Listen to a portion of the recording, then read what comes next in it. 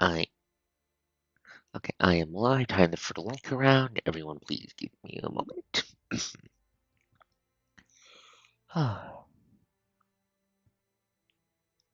Everyone here,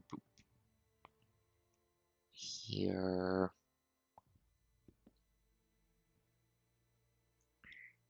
here,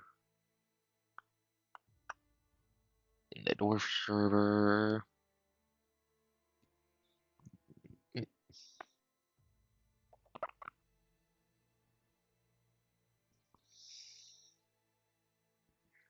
Okay.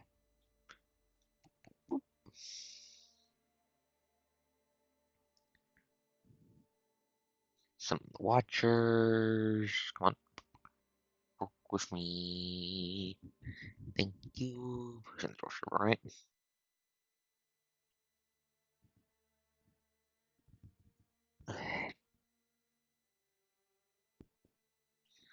Why the fuck is there? It is.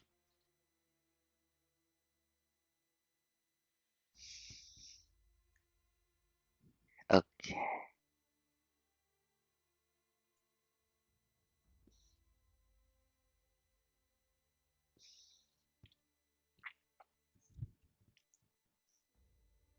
Okay. Boop, boop, boop. Post here.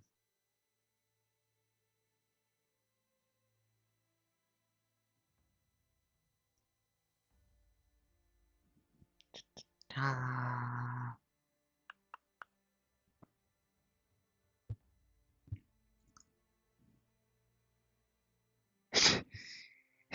Hi, Dwarf. Glad to see you. Glad to see you. And no, this is not Tharja. This is Q. I think they might have changed her voice actor recently, but the girl who sounded like Satsuki from Kayla. Last time I streamed her. Last time I streamed. Okay, Link's been thrown around everywhere. I think. Ghost wants to silence you. Ah, still looks like Tharja. See, hi, Alpha. Did not mean to click off. Where's the tab? There's the tab. Hi, Alpha. Okay. Well, oh yeah, new updates. Oh yeah, new updates going to be coming out in 6 days. 6 days. Featuring one of the two units I'm really excited for, the new Luna, who, from what I hear, is going to be very busted. And I mean that in a good way.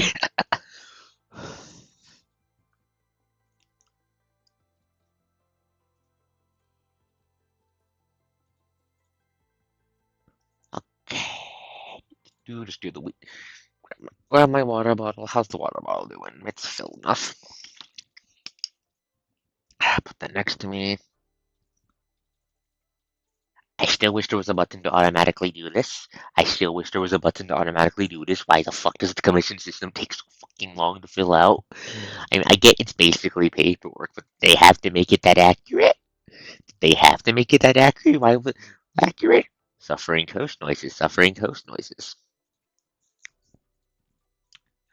Anyways, let's see. Done the Phantom Pain. No, I haven't done the PPC yet. LOL, glad to see ya. Okay, let's see. Before we hit the main storyline, what have I done this week? I've done the. Damn. Pretty sure I've done them the wharf. The wharf. What the fuck is it called again? The war thingamajig. I've done that. So I'm pretty sure that just means we need to finish up the PPC before we can do the storyline. That shouldn't take too long because I know I beat the shit out of them enough. No, wrong button. Wrong button. Back.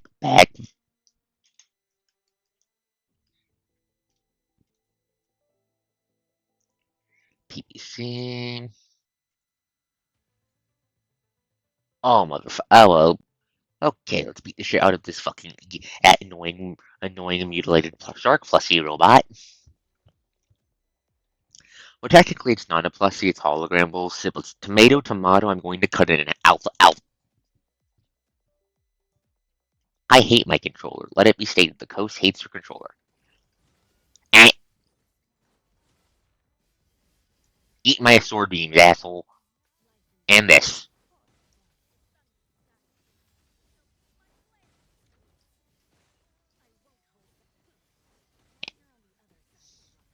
Eat damage. And stop fucking dodging my attacks, you little shit. I swear it's like fighting the fucking goddamn orphan. Ow, ow, do not bonk me. Ow, do not bonk me.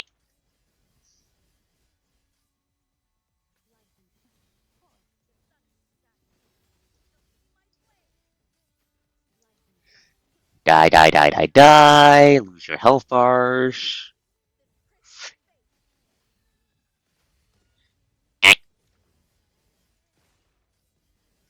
Eh, get dodged.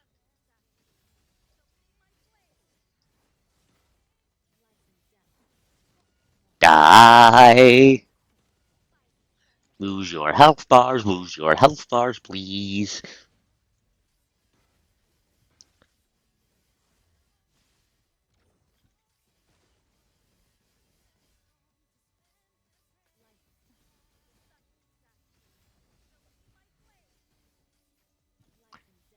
This should kill? If he didn't dodge, that would have killed. Fucking hate how fucking flighty the little bastard is. You blink and he's like halfway across the goddamn arena. Oh, my throat is not happy with me this week. And I'll be fine. Get comfy. I still can't believe this motherfucker is trying to beat us to death with his face. Like, ow. Like, the thing he is bonking us with is his goddamn face.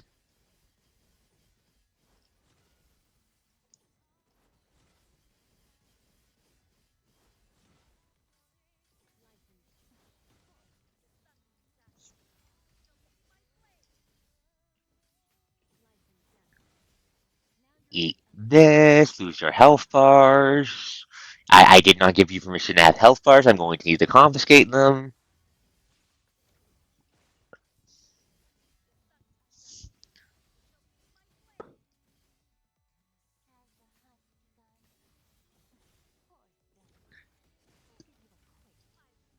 I'm pretty sure when it comes to a bonk off, you son of a bitch, I win. Please die.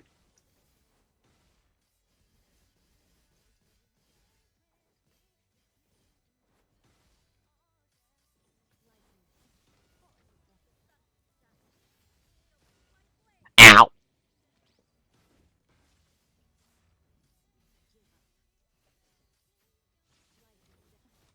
Die. Okay, come on. Paris, Paris, Paris, Paris.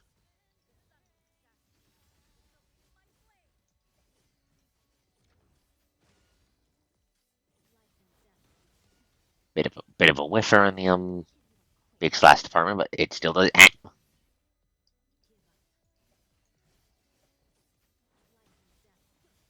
Okay, die. This should kill you. Next round will kill.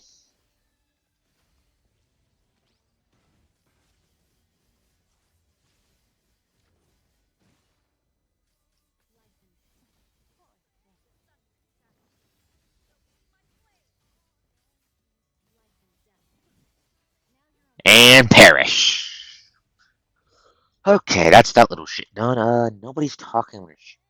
Check OBS once I have control of my goddamn mouse again.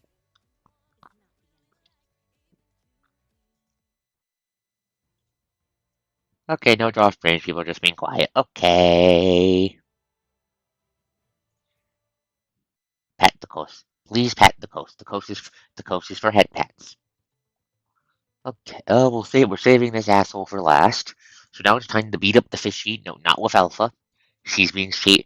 Crimson Abyss is being safe for a Trailblazer. We're using the fishy to beat up the fishy. Why? Because it's funny. Give Coast to Centaur. We all want Centaur Rosaria. We always that was a Centaur Rosetta. We always that was a thing.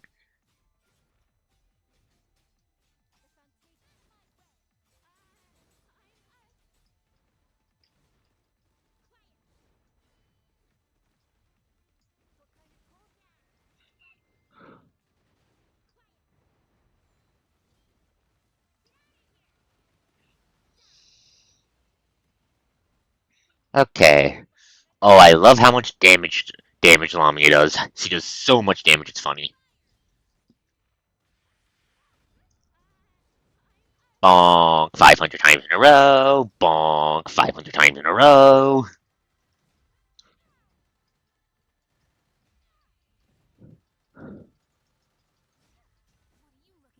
Crack my knuckles while the ultimate animation is playing.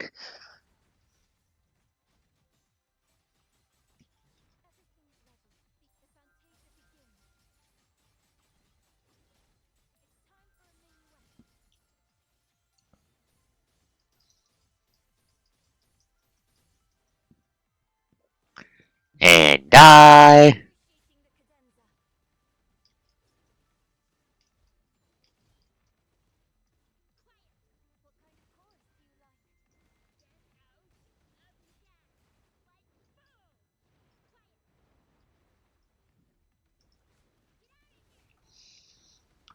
Okay, and this kills, I think.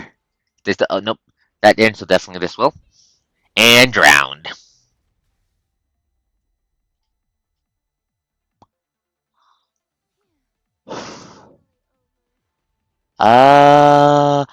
Give me a second. I might need to hit the audio of a stick. Give me a second. Huh? Okay. What the fuck?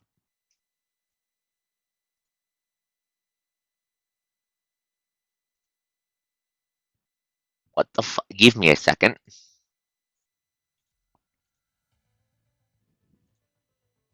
That's not supposed to happen. I don't know what broke. Give me a second. Oh,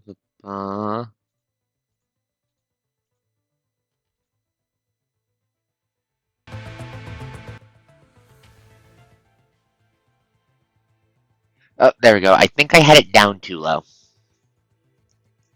Okay, there we go.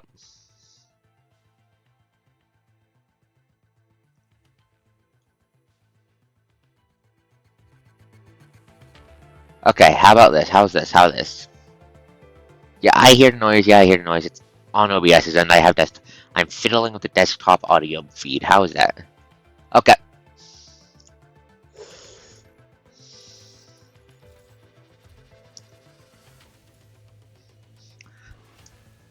Okay, time for the most difficult fucking fight in the goddamn PPC this week. Okay, Trailblazer, let's dance. I still can't believe you make the fucking Gundam sound.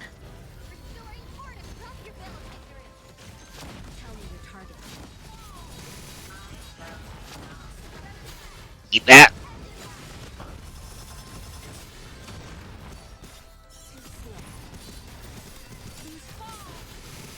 Die. Eh. Okay, shit. Hold still, you fucking out.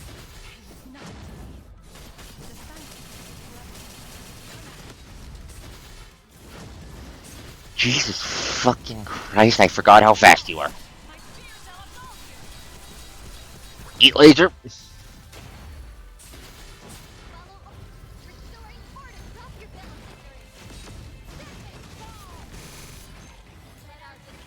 Okay.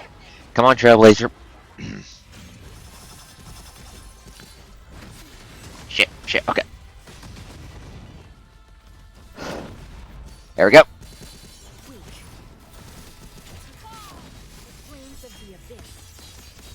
Die, eat the judgment cut.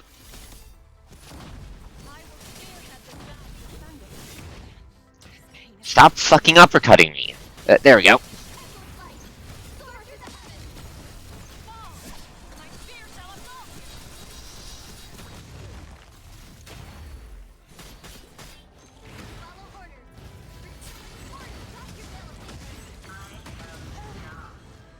Shit.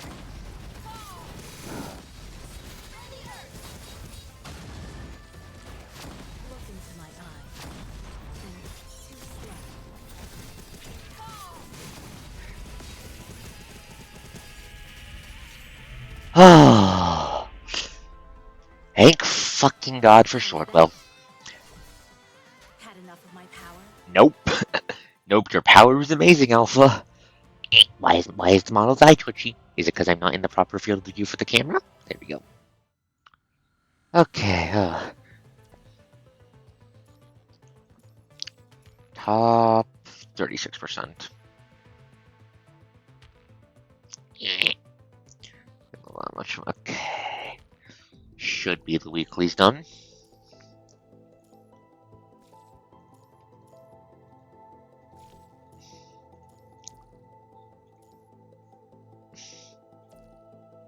Please, wait. Give me a second, I'm looking for something. How the fuck do I get the thingamajiggy for you? For your fucking bullshit.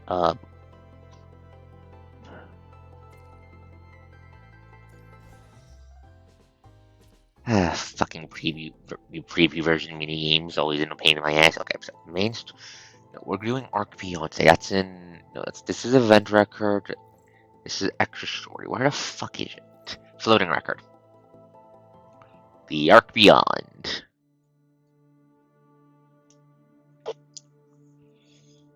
ERO1-1. Childhood. Greetings, I am heuristic artificial intelligence machine. Don't think that's the same, Alf. No, I don't think that's the same. Before anyone starts theorizing in really weird directions, I don't think that's the same Alpha we know. It can't be for we know who the Alpha is. That's Lucia. Plus, when they refer to Alpha, Lucia, Alpha, whatever, they use the symbol, not the word. Machine, ergo, wife. Understandable. She also uses the Scythe. Scythe, which is really fucking cool. I think I actually know it, man. Let me technically, if I remember who she is, she's always available. Yeah. Yep. She's one of the uniframes which are always available.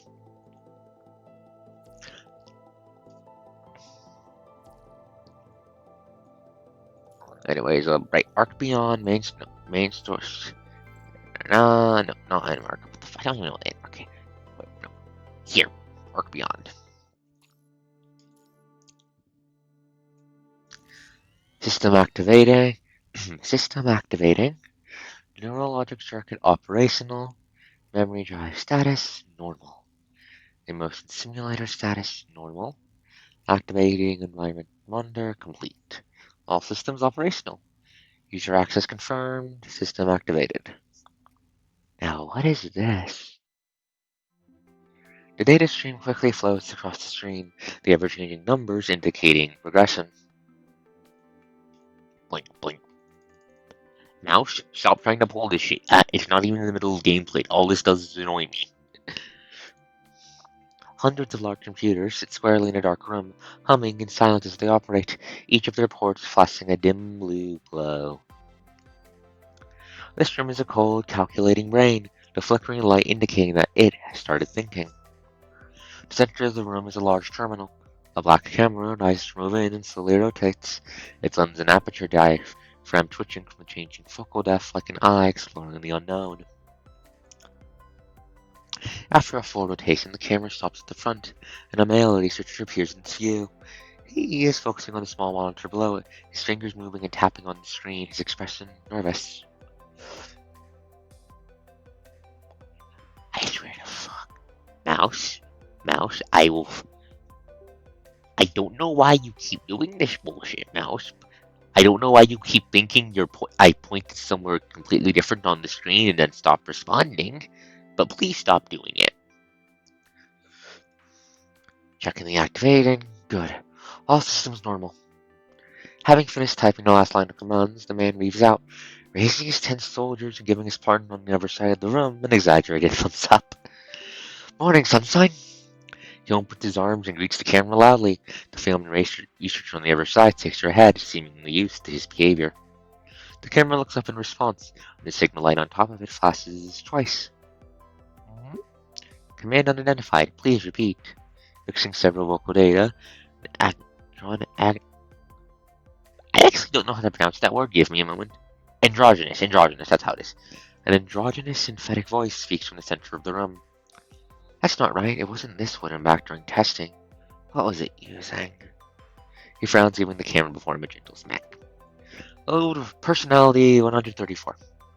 Loading personality 134. Vocal and personality data loaded. After a brief pause, this terminal speaks again in a soft female voice. Greetings. I am Heuristic Artificial Intelligence Caretaking Machine Alpha. Identification code MPA-01. How may I help you? Just talk to me. Whatever you want. Today's temperature is between 15 degrees Celsius and 23 degrees Celsius, and AQI is 154. You're expecting a drizzle in the evening, but the air quality should improve afterward, giving us the highest atmospheric visibility of the month. Tonight is the first night in a long time the stars are visible to the naked eye. Should I recommend to you the best stargazing locations? Of course you start talking with her. I mean, you asked the computer to start talking about the most random bullshit it can think of. Literally every computer I have ever messed around with in my entire life has known what the fucking weather is. Has been plugged in the weather stuff. What did you expect would happen, buddy? Oh, my throat's dry tonight.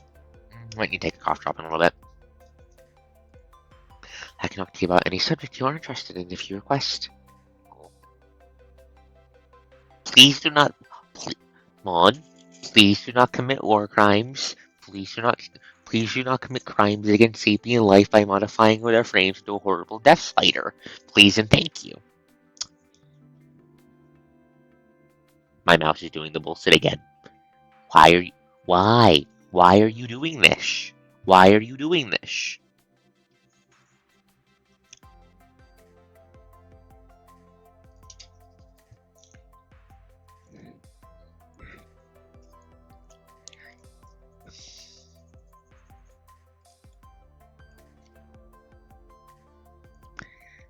I'll deal with you in a second when I'm fighting my mouse again, trying to. Why the fuck is it? Is it because you're fucking dusty? But none of the dust is in the goddamn.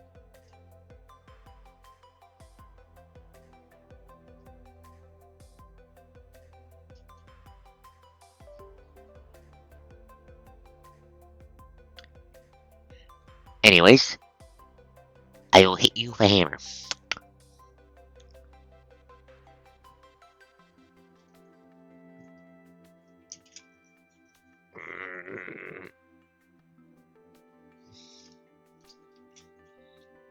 Thank you, Mom. Anyways, I can talk to you about any subject you're interested in if you request.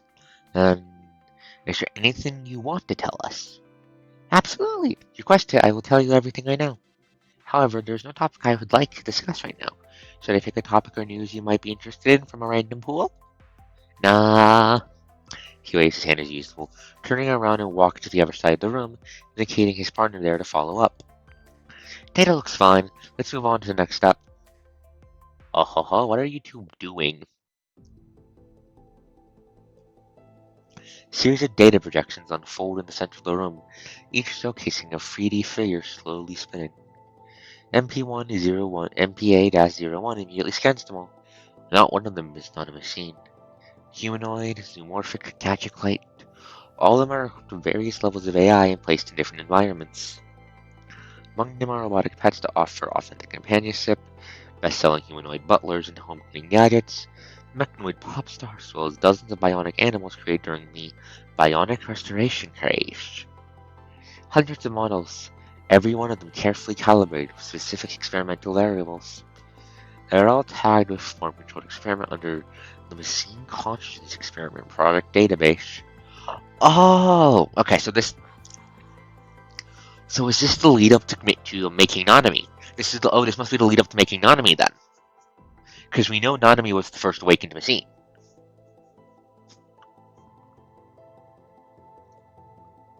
Here's your job, MPA-01. The blonde woman sounds very calm, almost cold. She never stops looking away from the monitor in her hand as she enters more data into the projection. Blonde, calm, cold. Is this what's her name from Atlantis, from that arc from Lamia's home? The lady who unalived and Vera ate her food after grabbing the Omega file data? That lady? I mean, making fucking Nanami would explain why she was considered important enough to be sent into Atlantis. I swear to fuck I'm going to.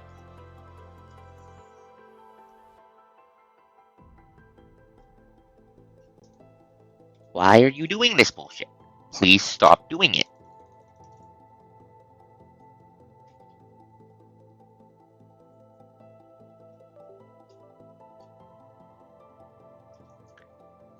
Okay, let me try something. Give me a moment. I swear I'm going to murder.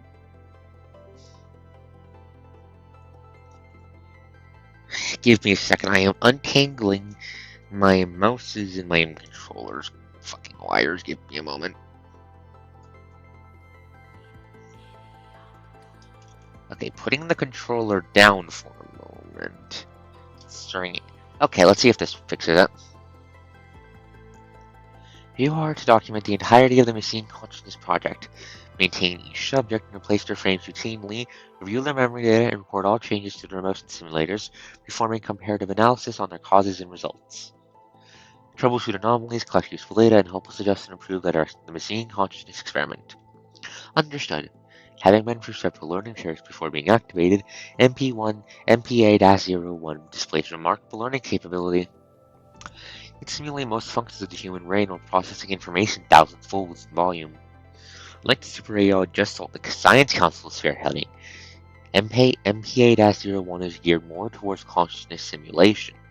Even as technology has advanced towards the golden age, the MP series AI is still an outstanding achievement. Okay, so this actually gives us some. I think this gives us actually some pretty useful information on the timeline. So Nanami and Gestalt are. So Gestalt's a bit older than Nanami from the looks of it. Unless this is what turns into Nanami, at which point they're the same age, but I don't think Nanami's ever been described as as soft. Soft. She's a gremlin. she is such a fucking gremlin. I love her. I love her a bit. She's amazing, but she's not calm. After going through all the data from the researcher, it has fully comprehended its task. Fulfilling a user's request without hesitation is an AI's duty. So, I regularly communicate with the machine's tag anomaly to determine if they have actual consciousness. So I should regularly communicate. Am I right? I fully understand my task. I have doubts regarding evaluating consciousness for machines instead of humans. I believe they are more suitable for this job. Unless you believe that machines also have ... souls. The question. The female researcher lifts her head away from the data in her hands for the first time, looking up, slightly dumbstruck. Technically, every piece of equipment in this room is a part of MBA-01, so her gaze quickly goes across the star-like flashes surrounding her before landing on the small camera in the corner center. Noticing it, the camera slightly raises, as if meeting her gaze. Why do you ask? Okay, so MBA is asking the big question this fucking early on. Interesting. You uploaded human-offered fictional stories unrelated to the experiment to my database 2 minutes ago. As I am authorized to access all information in my database, I read for these materials and aided numerous science fictions that explore the possibility of machines having souls. Should I interpret it as the ideal result of the experiment? That's when the researcher realizes he's actually able to read materials used to kill time. Remember stuff. Oops. Drop it. F in the chat for that fucking dude. For that effing you. Okay, I immediately don't think you're the lady from Atlantis anymore. The lady from Atlantis would not have done that. Those are just my pastime readings.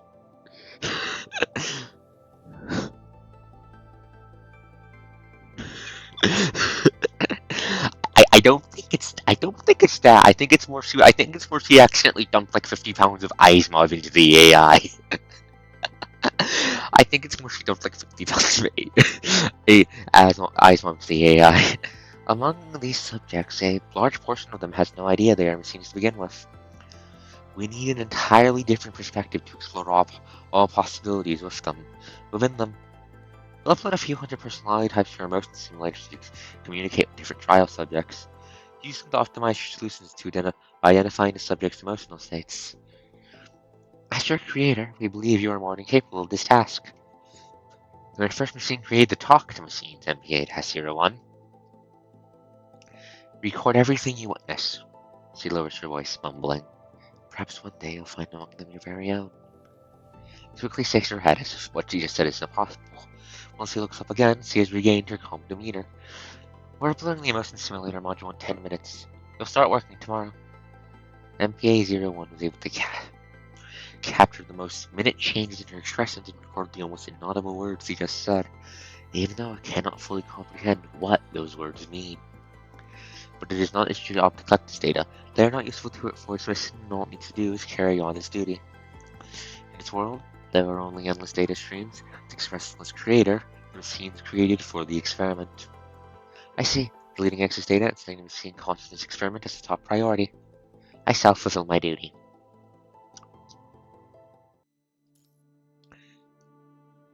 ER01-2 Revelation. According to the record, oh, this is going to be interesting. Few notes on the records of the machine consciousness experiment. To help the machines from the controlled experiment experience the same paths of human growth, every mechanism in its frame is replaced regularly. Like nonomies. This is to simulate growing up as humans do. By replacing their frame, MPA-01 will inspect the memory drives and neurologic circuits recording accordingly.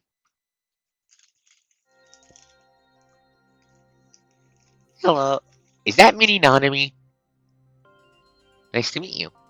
The only light in the room is shining from above, illuminating the girl sitting in the center. I think this is Mini. I'm pretty sure this is Mini Nonomy. She looks no more than 5 to 6 years old, showing no fear despite being alone in a cold, dark room. Instead, she observes everything around her curiously. Next, connected to a few cables, but she does not seem to notice. She finds no human, but a giant terminal before her. As terminal speaks in a soft female voice, the girl reacts with awe before approaching a small camera. Are you the one talking? Oh my god, it's Mini Nonomy. Oops, you ruined your experiment. The Nonomy effect occurred, and now all your shit's sentient. Oops. God, I love this little gremlin. Head pat. Are you the one talking? What is this place? Nonomy only remembers mom telling a story before I fell asleep. Is Nonomy dreaming? You can certainly interpret this as a dream. You will wake up in your bed when the sun rises. Ah, this is the first time I've had such a clear dream. Who are you? I am Heuristic Artificial Intelligence Creativity Machine Alpha. Identification code MPA-01.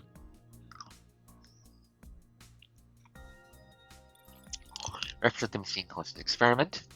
Behavior account of subject MPL-00. Log 3023 personality data normal.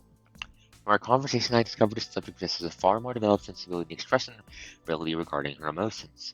Additionally, in order to avoid the subject becoming suspicious of her identity as a human, I will be removing her relevant memories according to regulation as authorized. Conservation complete, executing memory data removal. Removal complete. Hello, nice to meet you. Same time, same room, same machine.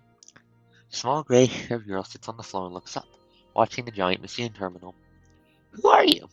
I am MPA says their name again. Same introduction. See, you're not human? I am comprised of data and programs. I cannot be categorized as human. I see. My parents always say that machines are humans' friends. So, you're also.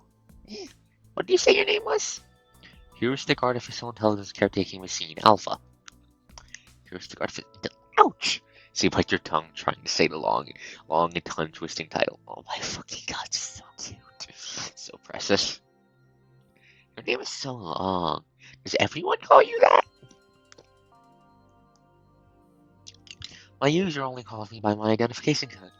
Therefore, unlike humans, I wasn't given a name. How about Nani calls you Hasimov? Hasimov from now on.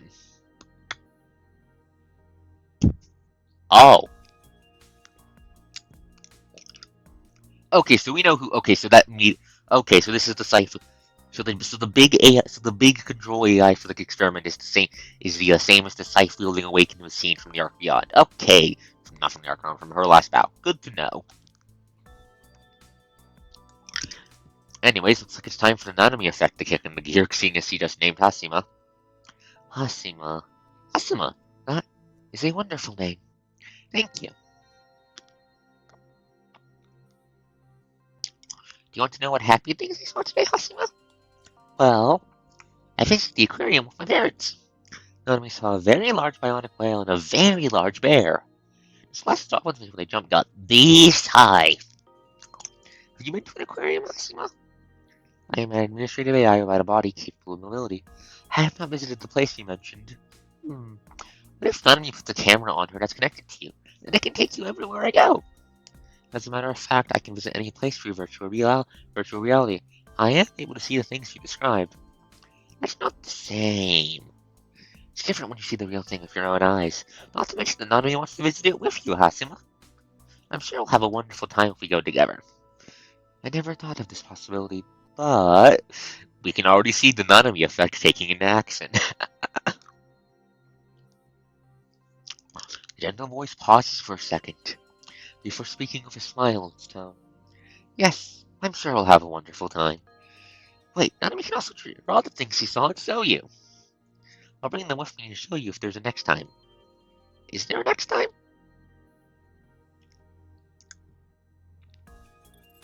Records of the machine caused this experiment. Behavior of subject MPL-00. Lottery 6, personality data normal.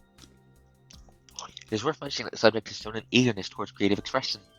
This is a very unusual behavior for a mechanoid. To further analyze the situation in depth, I have requested creative tools from our user for our next session. Conservation complete, executing memory data removal. Side note regarding the name Hasima subject Nanami has given me. Based on my calculation, keeping the name only has a 0.08% chance of influencing the subject's memory data. Therefore, I've chosen to keep the name. And just like that, we know Hasima has been hit by the Nanami effect. God, I love this just little fucking gremlin in her accent, and how she just keeps accidentally slapping every fucking robot, every fucking AI she meets in the sofa. It's incredibly funny. I'm using a Hasima in my next session with Nanami. Who are you? Hello, I'm your artificial intelligence caretaking machine Alpha. You can call me Hasima. Hasima, that rings a bell. Has Nanami seen you before? No, this is our first time seeing each other. Hasima, you need to get better at lying.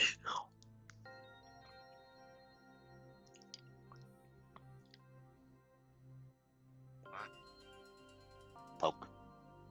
Do you also want to know what Nanami likes, Hasima? Can you believe that my teacher also asked me the same thing today? Nanami's previous teacher only let us draw apples and eggs, but the new teacher told us we could draw whatever we wanted. So Nanami drew a lot of things on the paper.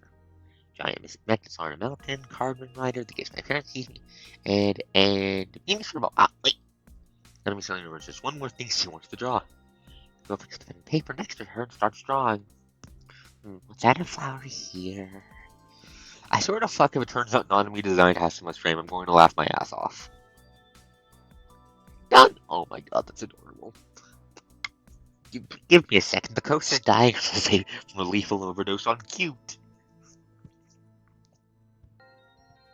That is just too fucking adorable. Oh my god. I think I'm going to be using this background image as the title card for the stream's VOD, because this is just too goddamn cute. Ta-da! I drew Nanami and her friend. You can be friends, even with machines. Yep, this might be the first time we see each other, but you're Nanami's friend now. We'll meet again, right, Hasima? Of course. I look forward to our next meeting. Records of the machine consciousness experiment. Behavior account of subject MPL-00. At the beginning of the experiment, I conducted drawing related West on 12 humanoid mechanoids. They were free to draw whatever they wanted. I wanted to see what topics they chose. Originally, the drawings were all amalgamations of pictures from their image database. At some point, Nanami's drawings began to show obvious changes. She started to draw according to her personal preferences. She even tried to express her feelings with her drawings. Eventually, her drawings became indecipherable to humans. My neurologic circuits have shown apparent deviations after analyzing these pictures. Oops, Nanami accidentally developed. Did Nanami accidentally a fucking basilisk cack? Nanami, please do not accidentally invent fucking basilisk hacks. This makes me very glad she isn't on the side of the fucking punishing virus. I don't want to know what kind of fucking nonsense Ascendant Nanami could pull out of her ass, seeing as how we're still dealing with the after effects of Gabriel getting up to mad science. Really ugly pics. And based on the regression, I don't think it's really ugly pics. I can't determine the cause yet, but I'll log this occurrence in my report. Side note, next time Nanami replaces her frame will be her 18-year-old birthday. It's should be custom for family and friends to give their birthday celebrants product presents and blessings. Based on the customs, I should also prepare a present for Nanami. I'm registering it as missing 376. No, not 376. 300, and I said it right. I'm detecting expectation from my emotions from your butt. That module is currently off. Behold the Nanami effect. I love this fucking gremlin. I love how bullshit she is. Performing self-test. System's normal. Model I stop glitching. The door to the laboratory finally opens. The exhausted-looking female researcher walks in, her eyes red as if she'd just been through an intense argument. Oh, this isn't good. Cancel the frame replacement with Nanami next week, MPA-01. Understood. It's been removed from the schedule. It's because of the machine virus outbreak that happened recently. Oof. Okay, so from what we're hearing, Nanami got stuck with her smaller frames because of the virus outbreak. Oof, bad timing. Still, so okay, that means Nanami and Hashima were around for at least 18 years before the. I'm going to assume they started Nanami off as basically a baby robot. I'm going to assume they did that. Did that just for accuracy in the modeling. So so they were working on big AI stuff for roughly 18 years before the punishing virus outbreak. We know the virus outbroke because of the zero point reactor test on the powered Babylonia's FTL. Researcher nods, leaning on the desk fairly. Based on the rate the virus is spreading, I estimate that it'll hit the closest date to this lab in 3 days. Science Council determining the machine caused the experiment. All the machines would probably have to. She covers her face with her hands, quietly sobbing. Oof. I understand why they ordered it, but Your face take over before she can finish her words. After a long time, she finally looks up. Her dress is no longer sorrowful. She seems determined, as she always has. I have to prepare a few things now. I'm sorry. All I can do now. She enters the command terminal. The computers in the room begin to shut down row by row. She steps outside the room, locking the door. Darkness approaches, and the administrative AI loses all senses. Second birth. And here is Hasima's playing frame. Big fucking scythe. Tall. Doesn't have proper feet. Thinks he's night type for technically. System activating. I'm pretty sure it's Nanami accidentally inventing basilisk hacks. Because we know that's a tool in the awakened machine toolkit. All the way back during the first chapter of PGR when we actually ran into one. We didn't realize it was one because it was corrupted by a punishing virus. We just thought it was fucking crazy. It was just a crazy glitching out robot doing crazy punishing virus things. But no, that was a corrupted awakened machine. Seeing it was laying down basilisk hacks.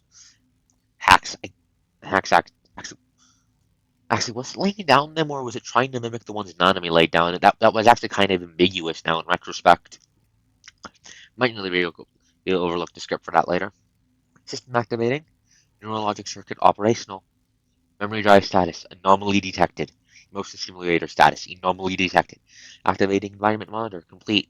Corrupted memory data detected. Damaged terminal hardware detected. Development anomaly detected. Activated. This is the first time it sees the world from a whole new perspective. That's virus mist. Sounds of explosions are coming from all around it, shaking the room it is in. Cables are snapping from the chaos as densely packed giant computers fall one after another, shutting down after their brief hums stop. These grey broken machines were once part of it. Familiar figure still working for terminal amidst the sparks and destructions. Alarming redness dripped from her back to the floor while her blonde hair is cut cleanly out of her neck, as if there was a precise strike. Injured staff confirmed requesting medical support. Here's his voice speaking after first scanning surroundings. The voice belongs to the personality administrative AI has used the most. All the comm channels are offline, however. Its request is unanswered.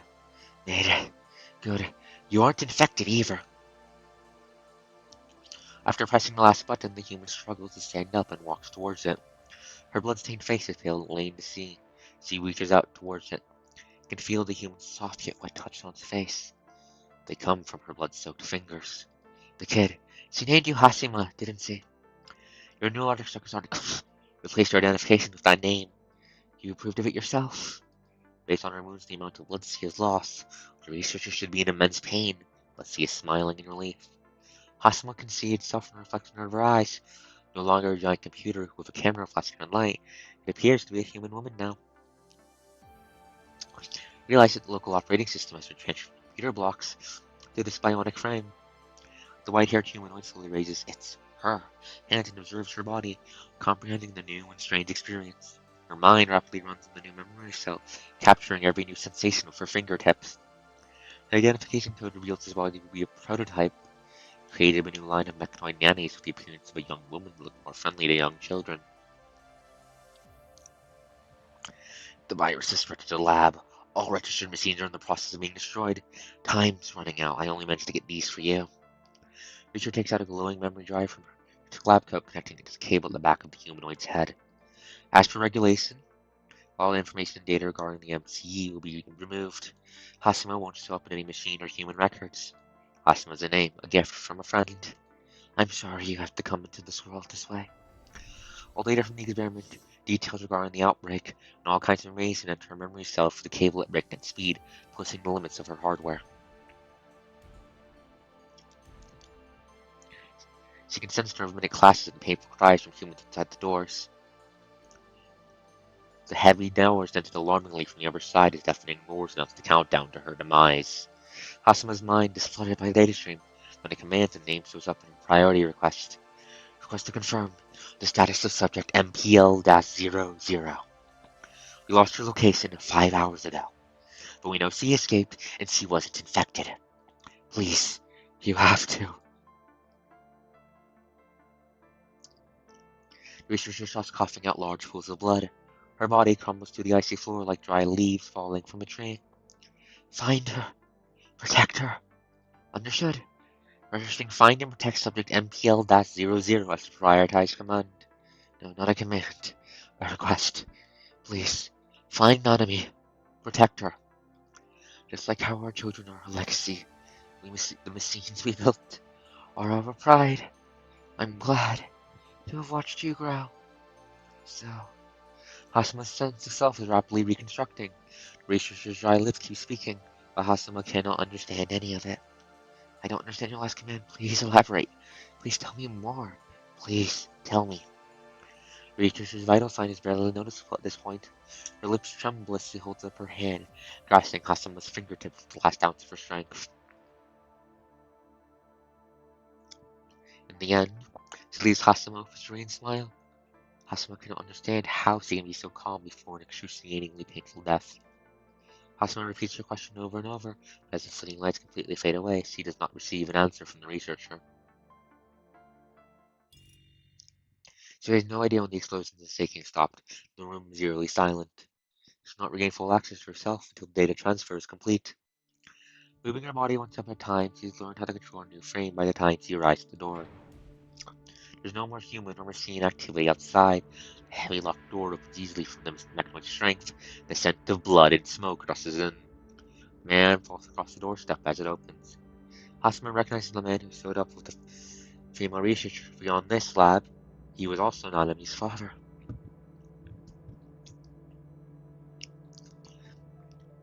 And was the woman Nanami's mother then? The two really are sisters then, aren't they? Namini would also talk about her perfect family, her loving parents with an innocent smile. The terminal on the floor shows the last flight left to evacuate from here is left. Two researchers should have boarded that plane. There were broken machine parts all around him.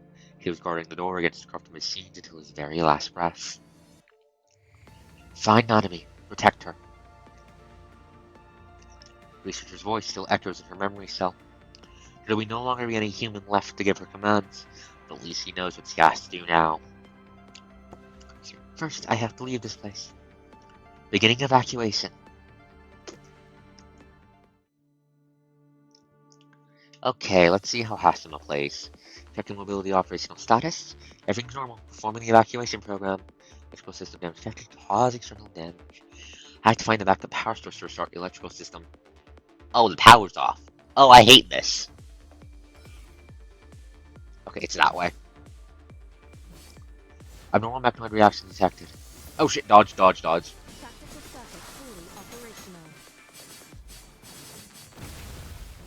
Okay, so what's her gimmick?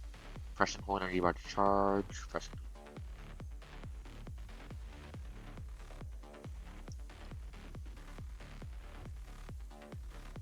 Lock on. Analyze. Shoot, okay, that's fucking cool. I like that. That's fun to use. Strange process found in the database. Securing the object written. Tactical circuit lists. Thank you very much. Analyzing battle data. Progress 20%, 240 seconds to go. Location of the backup power source marked. Normal mechanoid signals detected around the backup power source.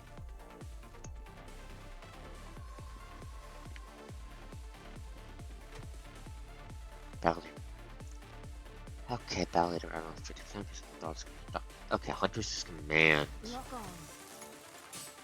Analyze. Damn, that does big damage. Unexpected incident occurred. Reanalyzing. Lock on. Analyze.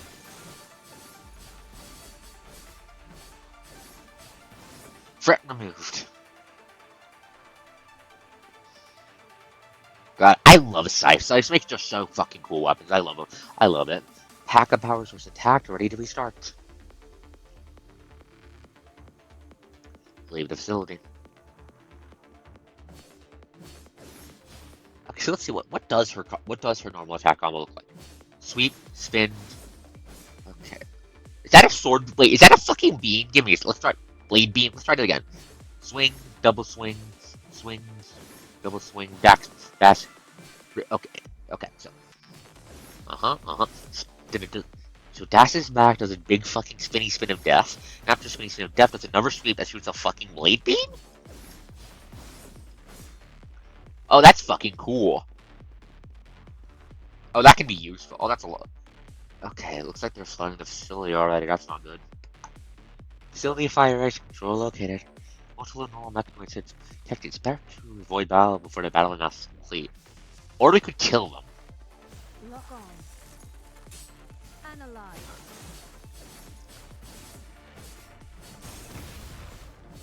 I know the game says it's better to observe battle, but unfortunately, I am hungry for blood. Analyze.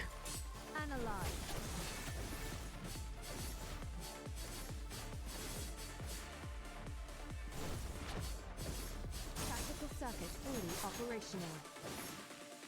Corrupted remaining. One left. Oh, Analyze. die. Oh, that feels good to use. That feels good to use. Tactical circuit fully operational. Oh, that feels nice to use. That does damage. That does damage. Okay, what's this way? The entire facility has been sealed off from the outside by a high-level command. Solution, force system restart, overriding the command. Estimated time, 30 seconds. Start. Oh shit, enemies. 3 gunners, 1 melee fuck who looks like he's got buffs on him. Okay. Battle data analysis progress 100%. High performance tactical circuit on standby. Performance tactical Ultimate? circuit activated. Lock What does the on. ultimate do? Analyze. Tactical circuit fully Oh, operational. buffs everything. Got it. It's a super Lock mode. on. Analyze. Tactical circuit fully operational. It's your blood. And I know, no, you wouldn't have blood. It's fucking. You'd have Lock oil. on. It's your oil that's fucking red like roses. Analyze. Tactical circuit fully operational. Lock on. Analyze. Cast signature move. Lock on. Analyze. Oh, that's fucking cool. Gate open. Searching for survivors inside. No response. Search again. No response. Ready for evacuation. I give me a second again, fidgeting with my camera. Okay. This way. I like her moveset. I like her moveset though. I like it. It's fun. Order complete. Frame status. Normal. Hasi has the same uncle. The moment Hasima steps from the front door, tense heat and an ear-splitting boom was passing her behind. The blink of an eye, the land collapsed into a sea of flame buried under its fallen walls. Was that a nuke? The shockwave from the explosion has seemingly impacted her core, causing a brief disruption. Nope, do not turn off. Disruption to her neural circuit. For a second, she feels like she's being torn apart, barely managing to hold on to her personality. But she has something more important to do. It is imperative for her to straighten out her tangled circuit and temporarily disable the abnormal emotion simulation. Nanami's last location is stored in her memory drive. Hasima quickly plans out the most efficient route.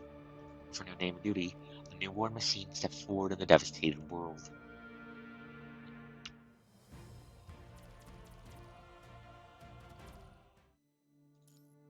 Search of despair.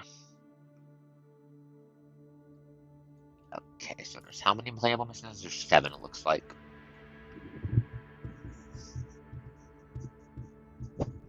Ah, but damn.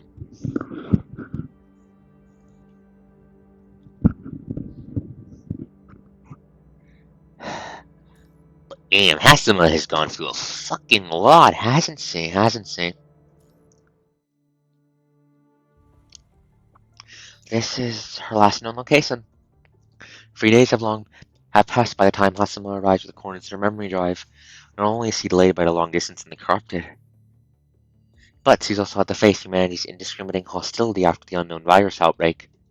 Rediagnosing damage on the emotion simulators, for regulating focus offline, deviation on scenario simulations, 0.023%. Situation acceptable. Feeling the injuries on the back of her head, Anatomy loose some of her broken parts. Large wound goes across the back of her head, splitting the artificial skin, revealing the dedicated circuit underneath, caused by a soldier who mistook her for a corrupted while escorting some citizens. After that, Hasima would avoid humans in case something similar happened again. Timeways had to be screwed from her plane, past his refugee convoys would frequently travel on them. Circling around, Hasima lost quite a bit of time. Collecting location data collected, constructing location simulation. Virtual scene appears before Hasima's time rewinds in her mind. Help me. Don't. Let him go. We can't fall back. Save them! Save them! Tearful cries enter her mind as overlapped figures run away from the city while a few run towards it.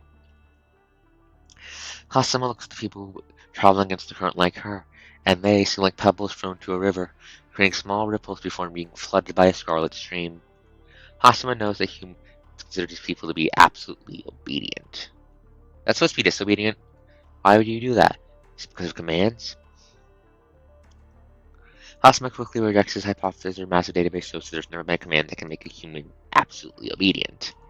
So the lesson then, just like how machines act according to their underlying protocols, perhaps humans also act according to a similar core principle. Even when they're different beings with different experiences, people all make the same choice at that particular moment. Do they have the same essence? What about the uniqueness of each individual? Watching the fallen figures, Hasuma thinks of the soldier of half a face guard who's protecting the people behind. Make that choice without a command.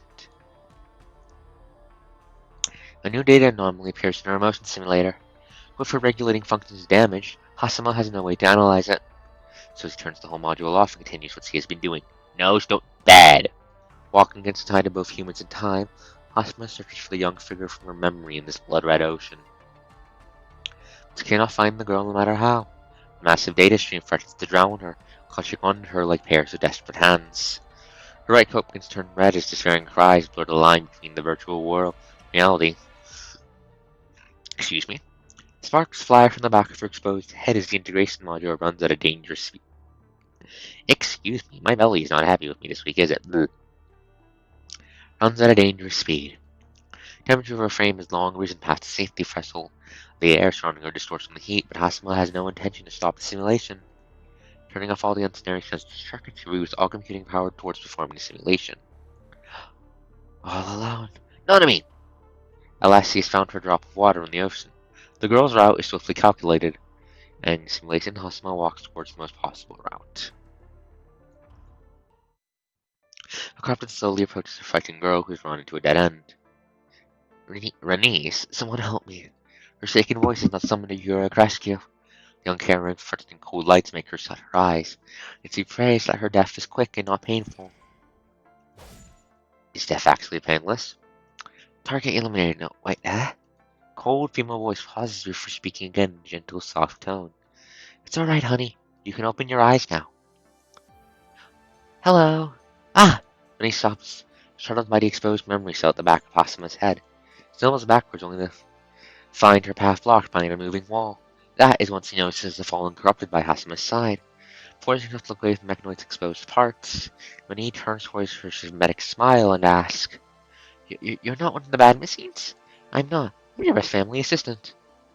Hasima has no idea why she chose the nanny personality, but with her motion simulator offline, she can only apply the personality stock bonds adjustment. So thank you for saving me.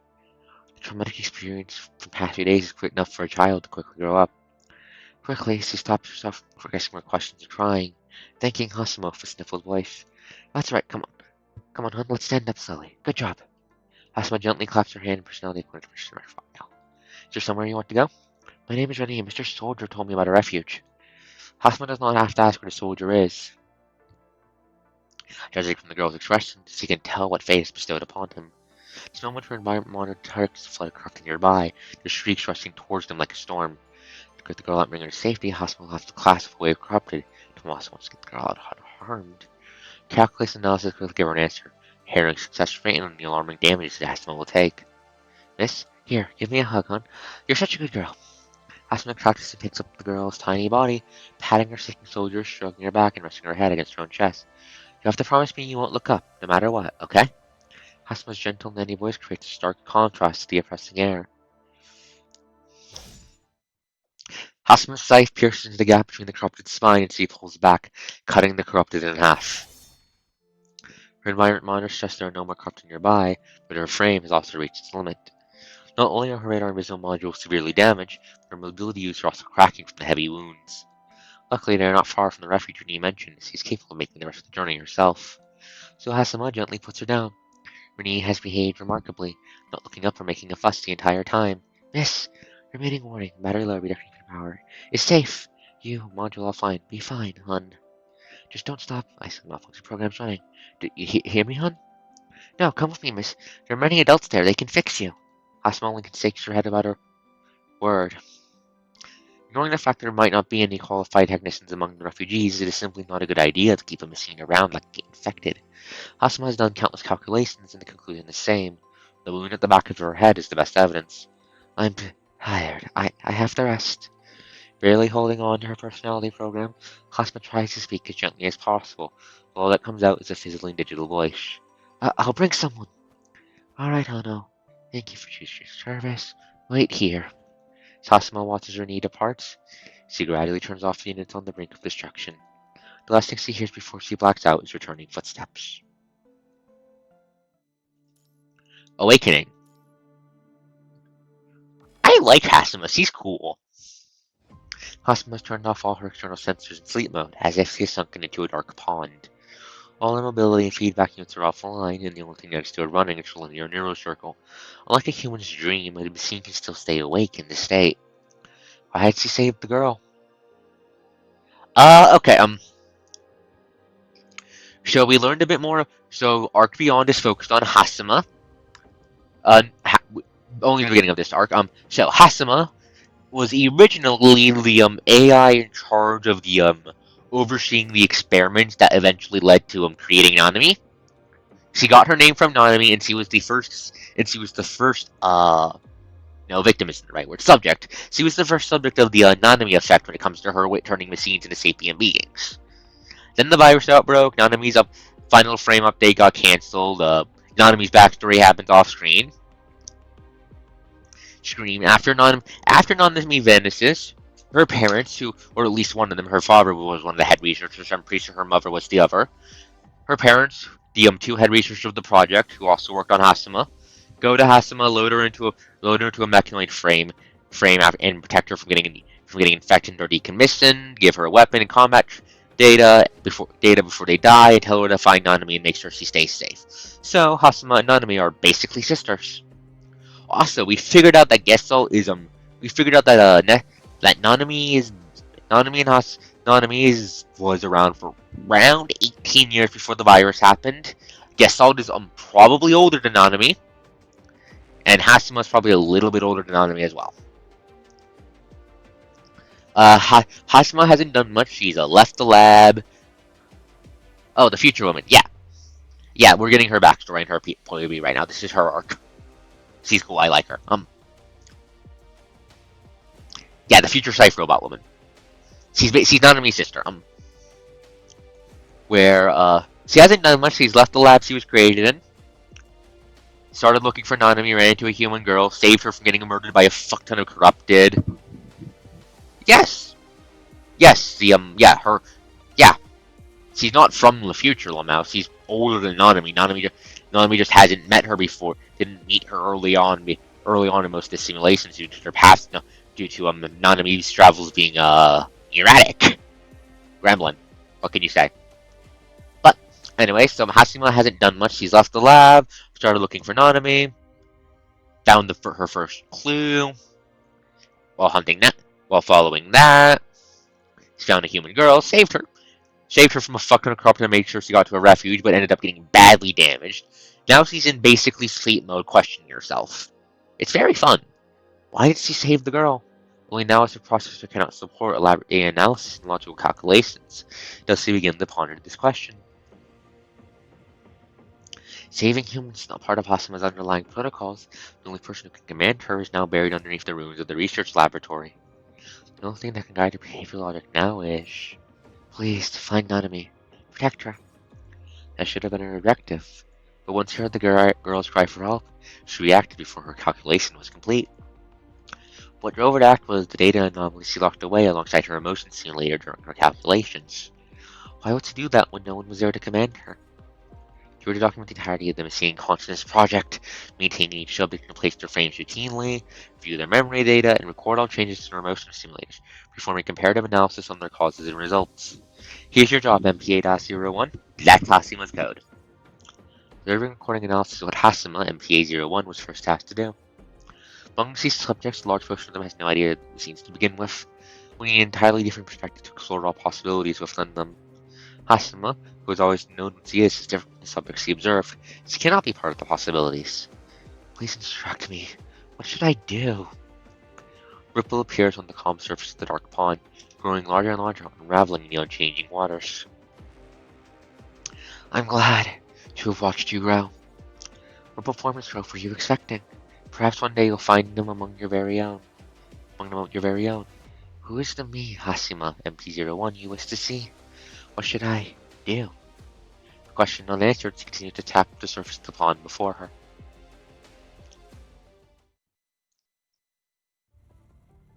How is it? Can you save her? Never seen a machine as intricate as this. Probably a better chance waiting for her to self-repair than asking me to fix her. Can't we do anything? We can only wait for her to recover. Don't forget the soldiers coming back soon, and they won't care if your robot here is good or not. They're not going to keep Fred around They'll shoot her if they see her. Uh, she was the robot in charge of all the data processing for the experiments that Nanami was a part of and made Nanami. That's what she was. She was the big control AI for that. Nanami made her during the during basically the checkups and frame replacements and such. Don't forget the soldiers coming back soon. They don't care if your robot here is good or not. They're not going to keep a potential threat around. They'll just shoot her if they see her. She saved me. She won't turn bad. You can't blame them. It's hard to be sure. Let's move her somewhere else first. Thank you. That's alright. I only got here in one piece because another mechanoid fought off the corrupted. Hey, what are you guys doing? Oh shit, the troops are here. Time for a Hasimo to run. Rebooted. Radar sensor malfunctioning. Tactical circuit initiating. Corrupted memory data detected.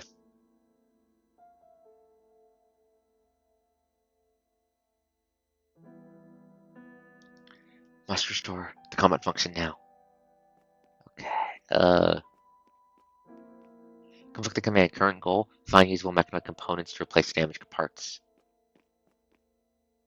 But there's a dude right there. Oh, there's one right here. Is that a construct? Scanning. Frame identified. Dataless TP-19 prototype. Not found in database. What frame is this? Dataless. Yep. Yeah, basically. That's a good way of thinking of it. Nanami's nursemaid. Not found in the database. What frame is it? Dataless. That is a construct. Dataless was the company that for reference, just Daedalus was the company that was experimenting on 21 on our Cerberus's little chaos gremlin. What frame is that? Feed the corrupted. Unexpected incident occurred. Reanalyzing. Stab, stab, stab, stab, stab, stab. Oh wait, there's that. I see virus bull on the screen. Please be actual corrupted and not be a human. Ow.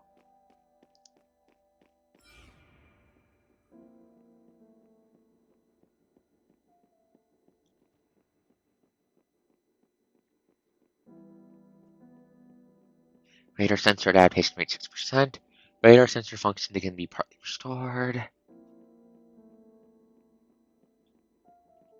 Tactical terminal adaptation rate 76%. Weapon compatibility errors can be fixed. Radar sensor module restored. Reloading tactical circuit.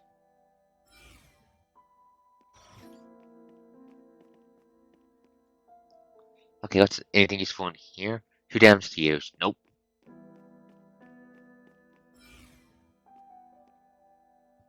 Oh, I'm dying.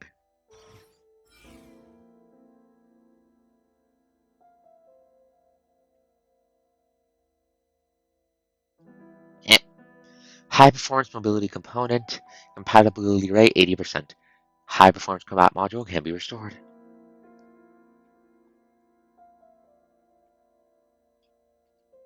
Energy core component incompatible.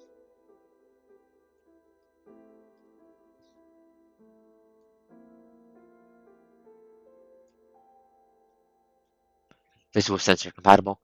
Visual module malfunctions can be fixed.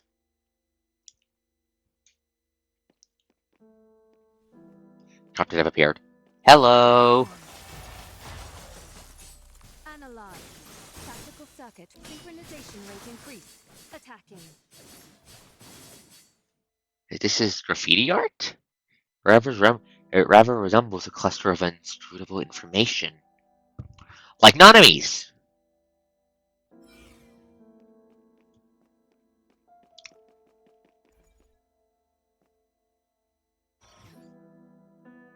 Gate of high security level cannot be forced open. Offer contains keys required. Search around.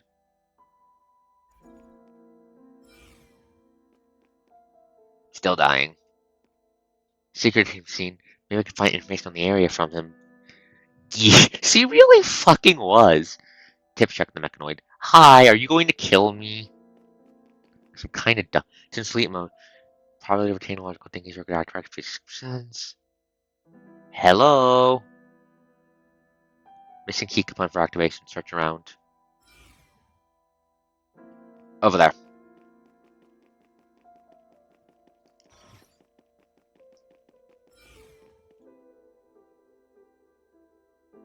Frames will preserve. Expect to find useful components. But yeah. Nanami's charisma towards robots is fucking incredible. Core energy component compatible can be used as a temporary power source. Audio module intact, ready to use.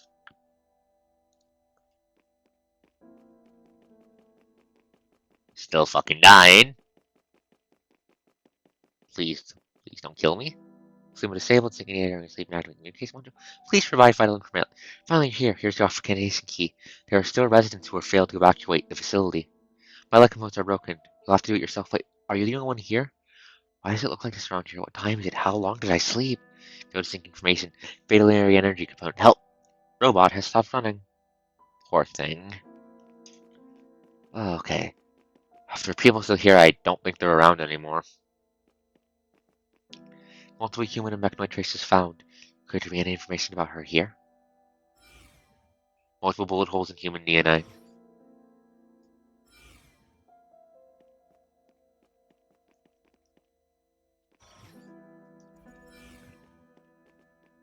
Gate was locked on the inside.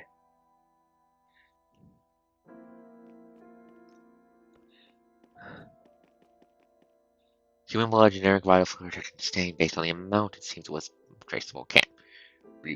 Went by too fast. Where's the fucking intel gathered?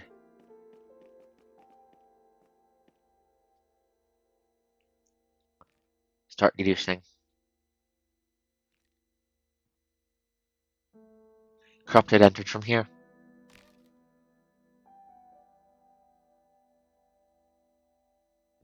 Appears to be barricaded inside to corrupted from entering. Human trajectory confirmed. Human evacuation direction identified. Is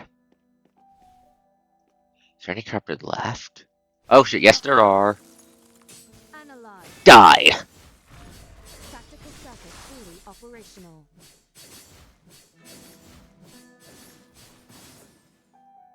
Keep searching for information. More corrupted here. Looks like graffiti before. Are they connected? That looks like non-enemies. That looks like intel gathered. Start deducing. Mechanoid is defending against corrupted here.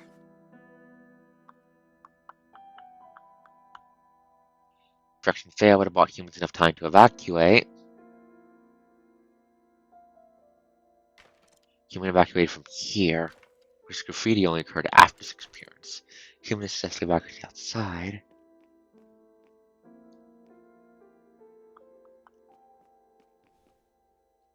Uncorrupted mechanoid had speculation about it. Okay. Help the little guy, help the little guy, help the little guy. Analyze. Tactical circuit fully operational. High performance tactical circuit activated. Lock on. Perish! You good? Ah, my kin. Track the graffiti. That's the revelation. Sage left to guide us. Sage? Find and accept the will of the Sage. We shall be redeemed. Cute Scythe Lady. She is a very cute Scythe Lady. Scythe's good. Coast likes scythes. There's obviously unrolling this Mechanism motion module. Could it be caused by the graffiti art?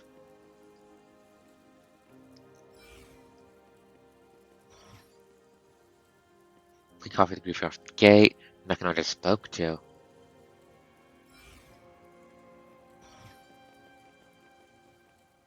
Information here. Analyze the graffiti. Analyze warning. Abnormality in motion simulation module. Analysis terminated. She's very pretty, yes. Also, again, none of me keeps leaving around goddamn basilisk hacks. I'm glad she's on our side. Unidentified familiarity generated. Memory data loss detected again. Yeah, this confirms it's none of me's art. Oh, new corrupted. Lock on. Analyze. Synchronization rate increased. Attack tactical circuit fully operational. High performance tactical circuit activated. Analyze. Die, Harvester. Unexpected Ow. incident occurred. Reanalyze. Be frozen. Lock on. Analyze. And destroy. Ow.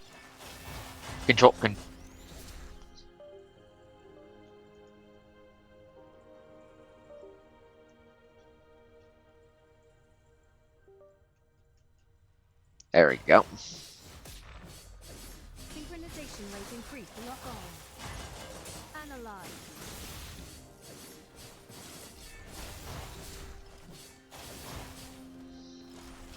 Lock on. Analyze. High performance tactical circuit. Activated. Analyze. Do you know what the sage is? No material found in the database. I don't know how long it's been since the humans left. Hiding here left. If you want to find someone, just go that way. I have to stay and study the graffiti. I see. Thank you for your information.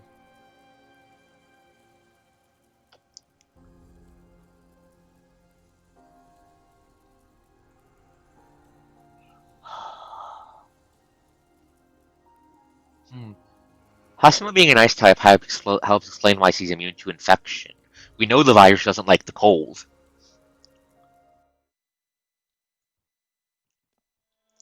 Which is part of why I'm suspecting the eternal winter we see that keeps popping up in fucking gestalt simulations was human caused.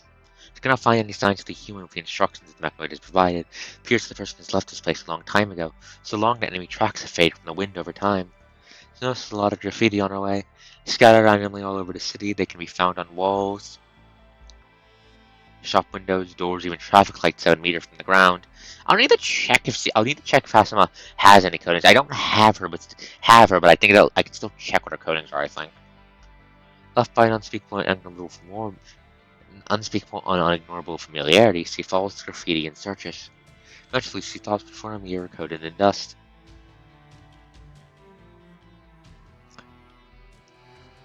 The graffiti artist seems to have stopped before the mirror for a long time.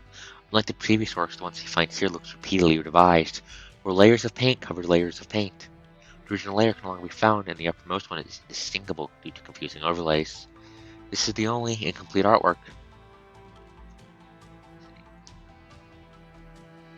Putting her hands on the graffiti, she seems to be hoping to recover its original shape, or maybe she wants to give it the finishing touches, but it does nothing in the end.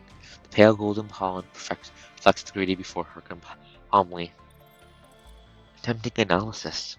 Warning, anomaly detected in the motion simulator. Excuse me. Attempting analysis. Warning, anomaly detected in the motion simulator. Again. Hasima feels rejected from the familiar interface for the first time. She closes the module once again.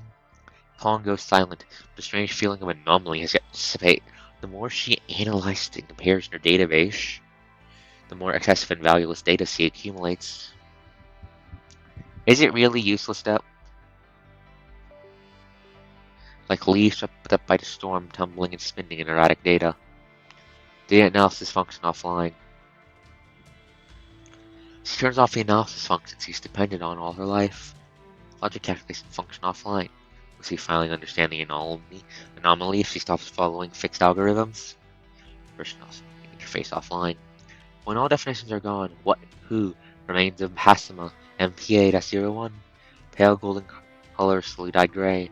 No longer able to control her body, she falls forward. Oops, the dust is kicked up everywhere as the mirror shatters to graffiti on it, refractoring the shards. The anomaly reaches the surface of the water. Hasima pokes her head out from the pond for the very first time. Fluffy hat tumbled down on her head, exposing the concealed memory cell. Hey, what are you guys doing? Crap, the soldiers are here. Nothing heavy footsteps approach. She saved me. She's not a bad guy.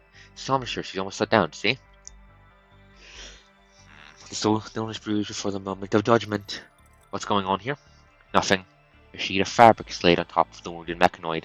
Here's the key to the basement. You should probably put her there. Really? Find something to cover that.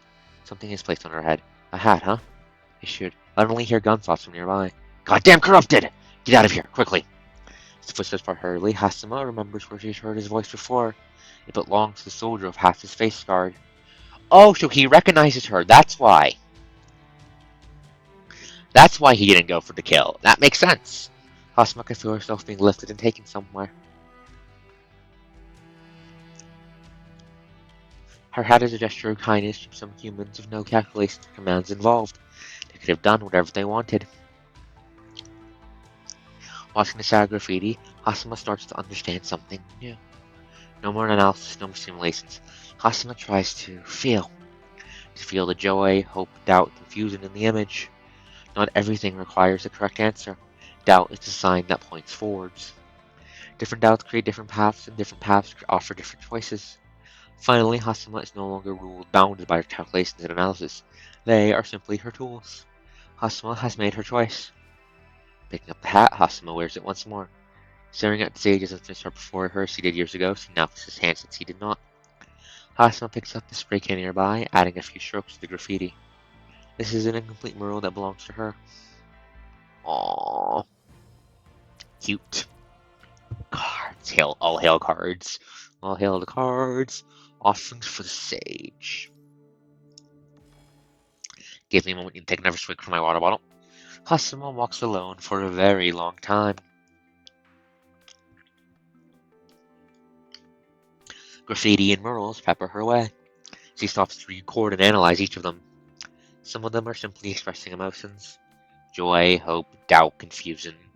Unrestricted, the artist seemed to have poured every feeling left for the brushes, without being patronizing or bounded by traditional skills. They look incredibly free. The revelation of the machines is likely a result of making these artworks. Like seeing colors in a world of black and white, the machines express their feelings, recording their doubts and confusions. The graffiti begins to reveal sadness, loss, hatred, and fear. The further Hasuma goes, the richer the graffiti becomes. Sometimes they hide in the corner of the city or blend in with nature. Sometimes they are presented proudly and inexplicably in plain sight. Hasuma gradually learns to identify Sage's graffiti from the imitations by Sage's followers, but even she cannot say what exactly separates them. A vague image of Sage starts to form in her mind. Following the trail of art, she's on the Phantom's tail, keeping up closely behind. Graffiti's locations may be spontaneous, but they're not entirely patternless. At least you can tell that the area of graffiti is relatively safe if you are corrupted. Stopping at a street corner, Hasuma notices a small, familiar graffiti on a wall. Its meaning simple. Treasure ahead! Hasuma follows the words and looks up to find a bookstore. Oh my god, Nanami, you dumbass! Of course Nanami loves books. She loves human culture. Golden Age humans who put their thoughts on paper with their pens, publishing and selling them in a shop like this. Store signage is already cracked and fallen into the mud. Dangling posters struggle to hang on the shattered shop window, the words only barely legible when they are shaded by the eaves. Feel the grains of paper once more, no AI offers here. Hasuma pushes open the rusty door, snaps upon a touch, startling the birds resting on the eaves. Sorry. Stanley puts the door aside and walks inside the bookstore. Vines have climbed all over the shelves, pushing away the books and grasping for sunlight from dark corners. Life finds a way. After humans are gone, the wind still carries seeds far and wide, putting down roots in all kinds of places. Some humans seem to have stayed here, since the embers of fire near a nook where books were used as fuel. No, don't. Bad. Bad. Bad. Bad. Bad. Do not. Bad. I'm going to judge you. I am going to judge you. If you look at this background, there's plenty of non-bullshit to burn, like the goddamn rugs. You could have burned the goddamn rugs first with a fucking club late coverings on the seats or the fucking banners. You didn't have to go for the fucking books. Da! Annoyed. This is her hand glides over a row of books and herself before taking out one of them. Dust flies from her mouth and disappeared first thing in the afternoon air. It's the comic books he mentioned. Damped, the pages have become incredibly fragile over time. Just looking through them can cause them to crumple. It's been so long, it's eligible at this point. Hasuma has not pulled up the memory data, but the memory shows up nonetheless as he flips the pages. Comic books? Certainly, I can retrieve any information you need, including all comics are currently published. Now, I was asking if you read them, Hakama. I really, really, really like them. There's so many cool things in them. Like, you should try them, Hasuma. They're so interesting. Right, the comic book Nanami was thinking of is called... Hello. Would you mind returning the issue of Space Knight Dawn Rick? Recognize the voice forces her back to reality. Base. Blinks. slowly stares towards stares towards the future and what we've seen of Nanami's upcoming frame. Kuro, you sly sons of dogs. Looking where it came from, a customer sees an old model delivery droid heading towards her. There's a stack of comics in her hand, asking politely as Kim locked on the comic book and Axel's hands. This is part of the offerings I'm currently collecting. Offerings? Yes. If I can collect enough of them, Sage will return to this place. Is that so?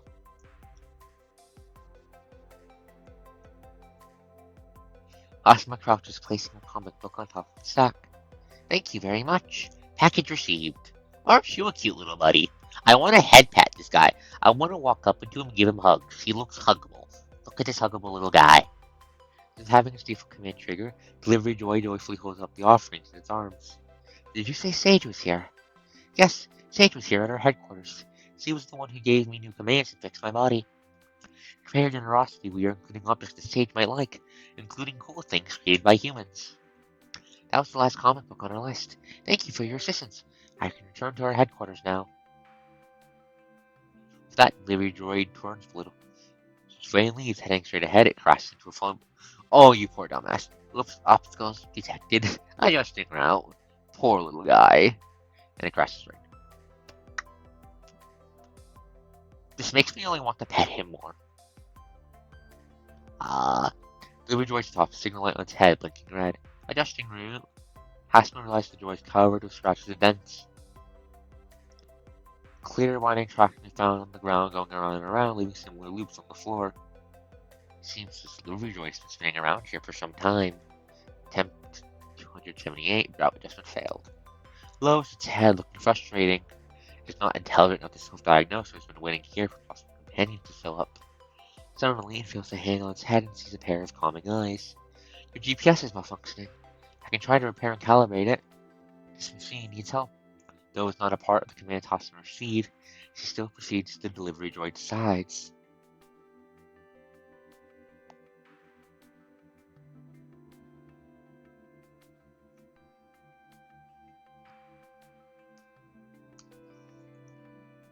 Oof. Okay. Tell the courier, whoa, what's going? Who fucked up in a quest? Who fucked up in a question? The quest you play in this time? Who fucked up? Who fucked up, or do you not want to vent?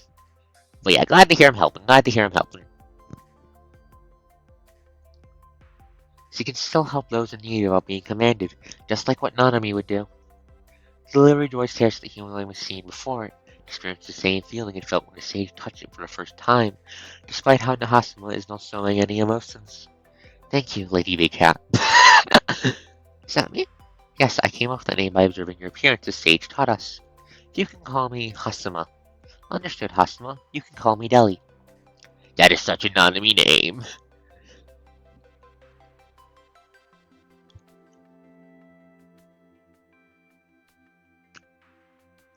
Isn't that Warhammer? No, isn't that Warhammer Fantasy? No, I'm not a Warhammer expert by any degree. I'm most a casual fan of the settings of the settings, and still think a lot of things in that should be lit on fire. But if I remember correctly, don't the Chaos dwarfs in fantasy worship the god of slavery? Isn't that their whole thing? They worship the god of fucking slavery and do all sorts of evil bullshit with that kind of stuff. Isn't that like their whole thing? Anyways, awesome. You should be fine now. Delivery droid stands up again, stretching its limbs. Essential functions repaired. Thank you for your assistance.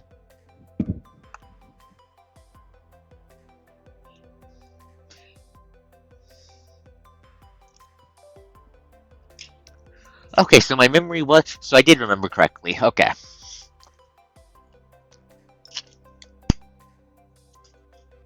Essential function repaired. Thank you for your assistance. Resources are scarce, so I couldn't completely fix you. I've only calibrated your GPS for now. That is enough. Wait, I feel a sneeze coming on. Please hold. And it's stuck. Great.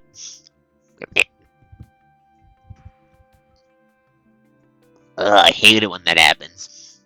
That is enough. If I may, Hasuma, would you return to headquarters with me? As to repay you for your assistance, everything we collected is stored at our headquarters. As a repay, you're free to choose anything from our collection. I need to help you in exchange for something, but delivery droid mentioned that the sage was there before. Perhaps Hasimize can find clues about her there.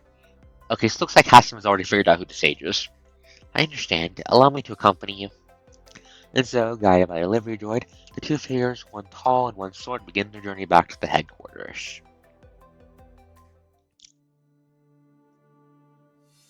Tactical circuit activated. Engaging. It's a mall, a place for humans visit for shopping and entertainment.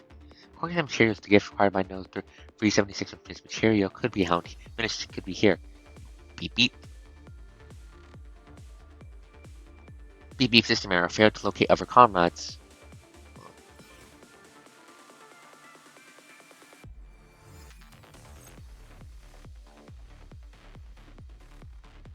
Did we just mind hack it? GPS normal, it will act normally. Please send me the map information. Headquarters are around here. There are more and more craft here recently. Nobody dares go out. The offerings are damaged. Shiver, shiver. Warehouse located. Let's go. Escort mission. Oh fuck, it's an escort mission. I hate escort missions. Okay, but yeah, hashtag sounds like a fucking bat. Why would you worship a god like that? High performance tactical circuit activated. Lock on. Analyze. Kill those fucks. Over there. Watch out. Okay, no, that's a dead bot. That's a guy I killed. Okay. This way, this way, this way. This way, little guy, this way. Come on, you'll be fine.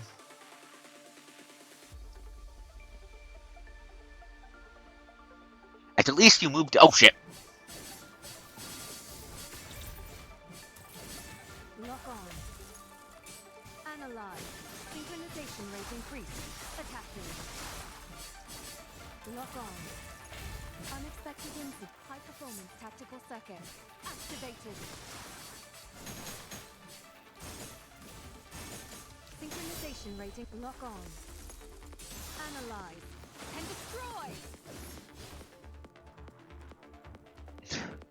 Oh, so he's a smart chaos god. How the fuck is he not an existential threat to the setting yet? The large man carved in the warehouse, but what happened? Nothing. Hidden acts investigate around. Try to avoid combat, protect escort, look around while leaving, because around here. Oh shit, looks like the virus got them. That's not good. Okay, where are we going?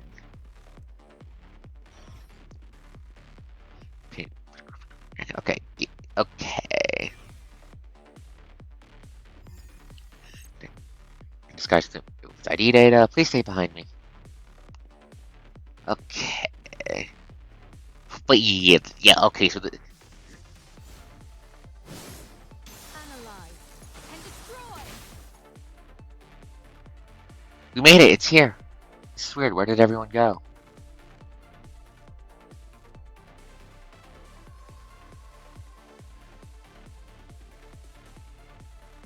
Ah! So the problem is dudes are basically too competent, but no, too competent for their own good and don't have enough manpower to deal with that? Object identified Star Wars. Found in a human museum. I don't know why it's there, but it must be some kind of meaning since it's placed in a museum. But yeah.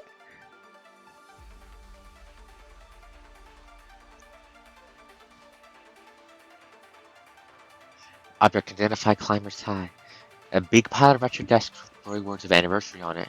Cracks on them seem to have been fixed many times.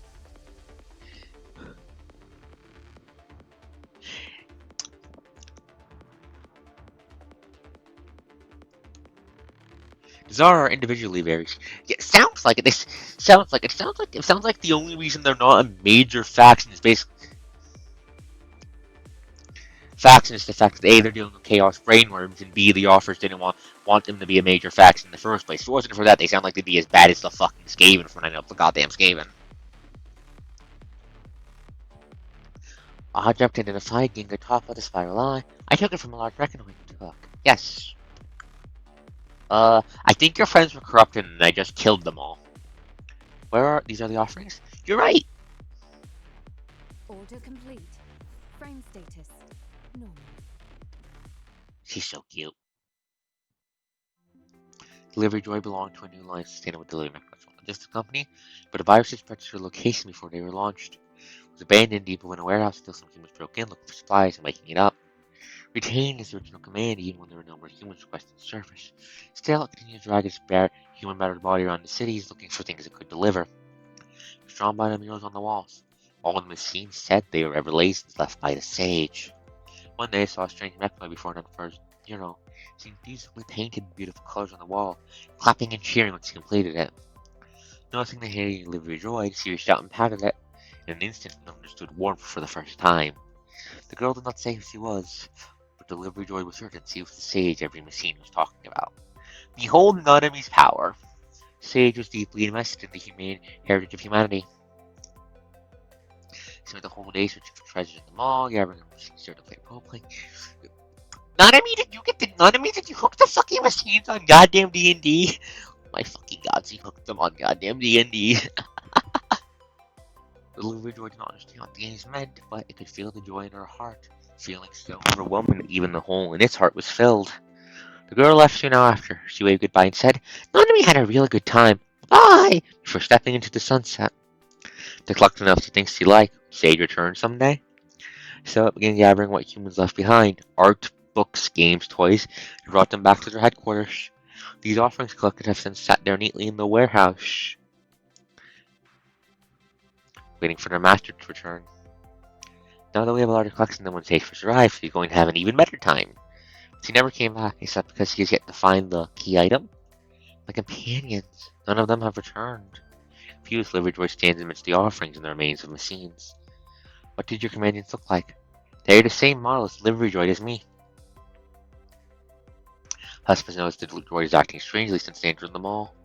Not only is its GPS malfunction, but it's also not been able to recognize its companions. Okay, so they were corrupted. Affected by the virus. Corrupted machines cannot emit the same ID signal as the delivery droid. Even though they were standing before it, could not recognize its old friends. Husband destroyed another carpet right in front of the delivery droid. The remains scattered around the two of them. Is there something wrong? She should tell everything, but cannot. Nothing. Your collection. I think so like it. I'm also searching for Sage. It's my purpose. Cosmo walks to a corner of the warehouse, crouching and touching the mural surrounded by offerings. Part of the mural was done later than no other. The slightly older part reveals pure joy, as if the painter wanted to share her list of others. Newer parts depicts a small girl and a group of mechanoids, reminds Cosmo of a painting Nanami did in her smile back then. Where is she now? What has she been through? Cosmo closes her eyes, allowing the feeling of longing to flood over her. If you find her, can you tell her that we are waiting for her here? I will. I'll tell her that Deli has been waiting for her. Thank you. I'll look after this place until she comes back. Cosmo reaches out and pats the mechanoid's head. Deli waits Cosmo quietly, transparent lens seemingly reflecting another figure it misses so dearly. Before she goes, Cosmo helps Deli tidy the warehouse, puts the remains of the other machines together on a soft foam mat, their bodies leaning in line together on top of each other as if they are resting in peace. The only standing delivery droid does not stop waving at Hasma as he bows her head and says goodbye. Watches the female figure walking further and further away until she too disappears, stepping into the sunset.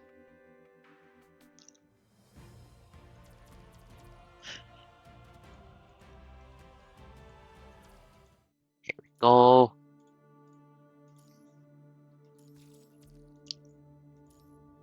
Solo journey. Station main progress, neurologic circuit operational, memory drive status normal, motion simulator status offline, environmental monitor status normal. My mouth is fucking dry again. Please give me a moment.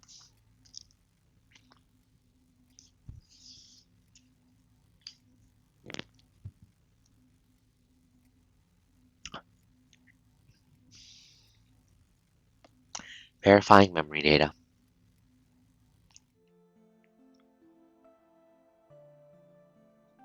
MPA-01, please pull up the observation report on subject MPL-00. Understood. Opening records in the machine cost experiment, opening behavior account of subject anatomy. Her character is constantly reshaping. Her personality data is normal. Currently, her thought projects and behavioral logic are akin to humans. Out of the 12 humanoid subjects, only Nanami has shown this trait. That's right, she's special. I switched to personality 134 in order to have a more effective conversation and record changes in her emotions. Was the question of safe behavior, believing I was not talking to her as myself? As yourself? While activating my personality module. The administrative AI sounds hesitant. I have performed self-tests on all modules, but I have not detected any anomalies. This happenstance did not occur in my conversation with other subjects. It seems that only she can notice the difference. I wonder, I wonder, with how the two researchers clearly care about Hasima, and with how Nanami overcame overcame the punishing virus infection, was the difference between Nanami and the other 12 subjects? Was it that her parents, well, truly cared about her and acted as parents should?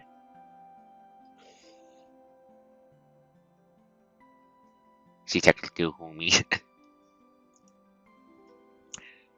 Nanami's frame was built to be human-like, but we know canonically that Nanami likes to fuck around with her own frame. I'm thinking it's less the fact that it's a nuclear family. I'm thinking it's more about the fact that the two with her were the only two to actually putting their entire heart into the experiment and actually go to care about them, care about their what would be the right word here, child, fuck a child works, right, actually care about their mechanoid child. I think that's what's made the difference.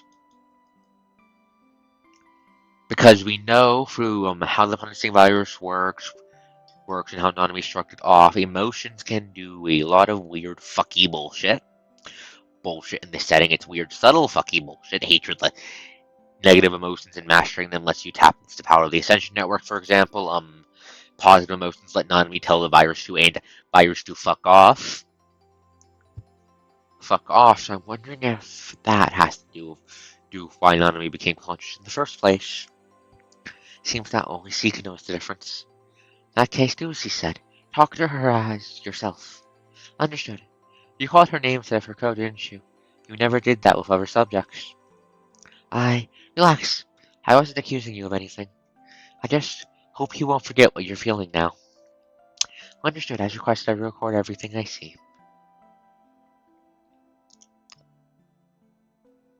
This technology can simulate human growth at the highest level. Large cylindrical capsule opens. The gray-haired girl's eyes are closed. She still lies still in translucent fluid. Laid down next to her is an identical humanoid body. The cable connects the two of them, and shimmering blue lights go back and forth along the cable. Behind the thick glass wall, several humans in suits are observing the process. A human in a white lab coat stands in front, vividly describing his ideas. Unlike machines, our organic bodies never stop changing. Humans consume food to gain nutrients, which are transformed into our muscles and bones. Temporary supplements for them are in turn excreted as waste every day. Humans are vortexes in the rivers of life. The information we carry is always refreshing and renewing. How is our information created, cataloged, stored, and updated? Are these systems applicable to machines? Feelings are not simple byproducts of activities, and perhaps emotions are something mechanical lives can look forward to one day. You don't care about that. Of course it's the goddamn corpo. Even if a machine possesses those emotions you mentioned, we can't treat them as being alive. I'm going to throw you out of building.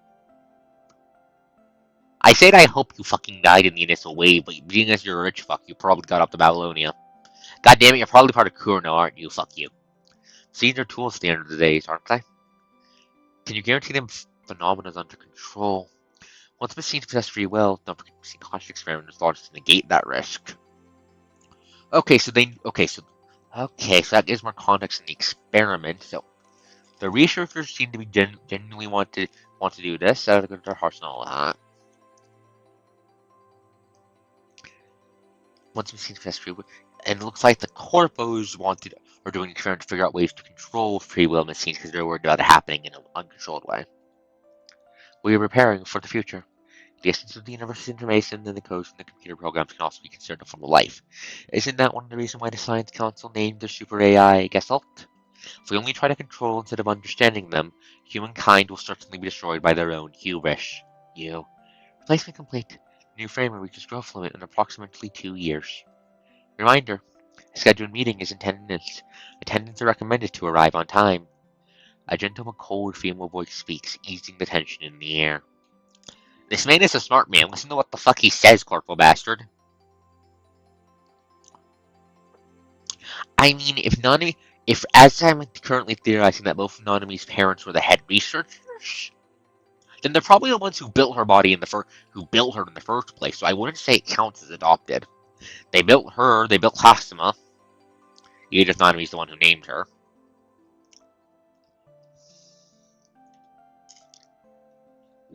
If you would follow me, please, I'll be reporting detailed progress of the project. These naive mad scientists and their machines. Says the fucking dumb shit who, if this wasn't PGR, would probably end up causing fucking robot uprisings. Leading figure whispers one last line before following the female researcher walking away. Only one man remains in the stasis laboratory. He walks towards the capsule, stroking the thick glass shell. The looking girl looks at her son mysteriously, her hand placed on the transparent cover. She's not a tool. She's my child. And sees. He said it! He fucking said it! He fucking said it! That confirms my theory! That confirms my theory! That's a big that's a big point about it for my theory that the reason that Nanami came out self-aware is that they actually gave a fuck about her.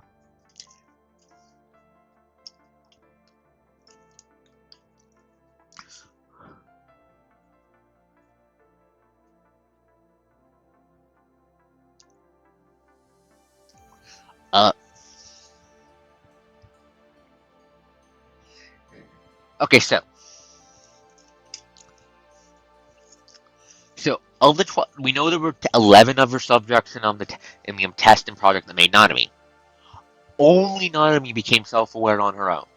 We're not sure if Nanami runs into the others later on. That hasn't come up yet.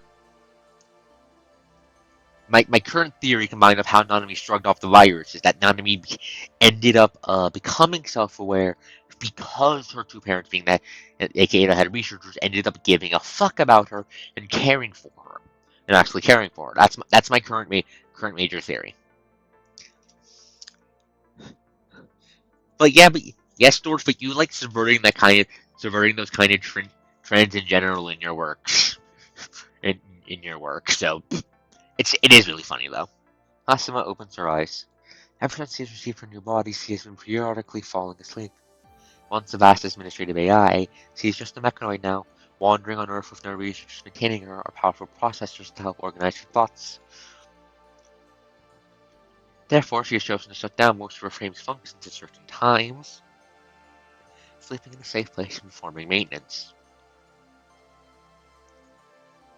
She would scan her own memories during show, preparing memory aids she finds important and organizing the fragmented pieces, almost as if she is dreaming.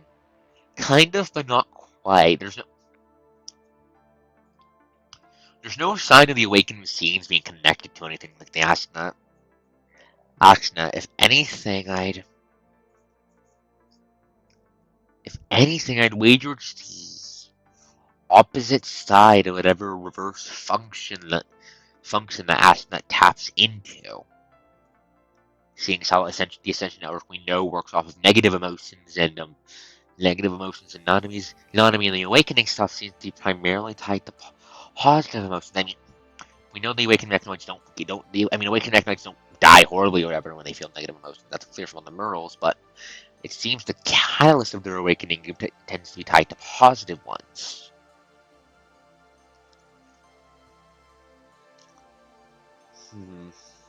Interesting. Confirming that her partner's stone running as intended, Hasuma stands up and stretches her stiff body. A long time seems to have passed since he fell asleep. The surroundings have changed. Leaves fall from her body, and Floats dry leaves around her, she remembers falling asleep by a latest graffiti found. Sage's murals have also been changing. They are no longer simple, colorful expressions of her feelings and depictions of the new friends she made, but also information about humans and observations on nature. Cosmo is basically searching the girl she has been searching for as the person who left these murals behind. She's traveled a long way following the graffiti. She's seen seasons change, sunrises and moon sets, morning dew forming and evaporating, snow covering fallen leaves, and seas sprouting as it melts, paving a green trail. Guided by the murals, Hasima feels everything in her journey. Behavior gradually grows more spontaneous, such as insisting on stopping somewhere high on nights with a clear sky and plentiful stars.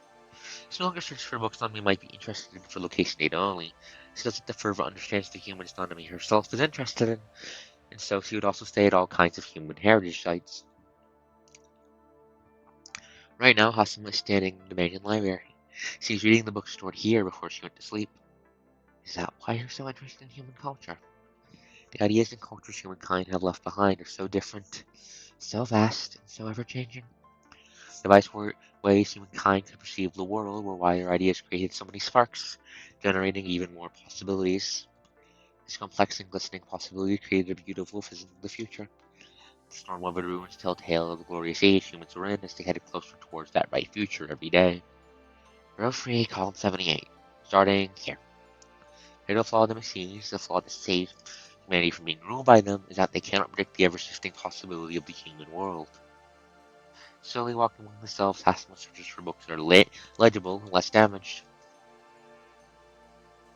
That is when she notices a familiar name. She steps forward, taking a book from an unassuming shelf. On the title page is a name that belongs to a famous machine conscience researcher from the Golden Age. The author's picture on the photo is blurry beyond recognition, save for a gentle smile and blonde hair. Hasma Anonymi's mother. Hasma knows that smile. She flips open the book. Can human consider machine consider humans can humanity consider machines their children? Despite all the theories that deem machines anti-human and destructive, we cannot deny the importance they have as child. Just like how children are our legacy, the machines we built are also the extensions of us. They are nonetheless approaching life from a different angle. We should think about how we can establish more meaningful relationships with them. After all, as they are our children, they are our pride.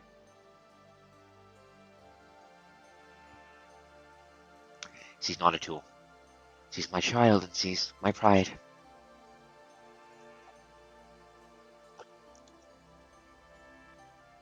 Asma does not know how to define the feelings she has right now. She has so many questions. Even when she knows the objective definition of every emotion, she still cannot truly understand all that it is to be human. But an intense curiosity surges in her mind. She desperately wants to ask her creator something, but she fails to compose the right question. Most of the machines she has met on her journey are simply repeating the commands they received from humans, mimicking human behaviors. Humanity first crawled in a while before they walked and learned to run. Created by humans, machines are following humanity's footsteps. They are sprinting. They are evolving so much faster than their creators. When disaster struck, humans began to fear their creations and abandoned them, now hiding among the stars. Machines left behind began to search for their purposes. That was when they encountered a special guide. She was kind and patient, teaching them things they never knew. Because the machines have always believed that Sage Machina will show them the way. What is the future the creators of machines are expecting?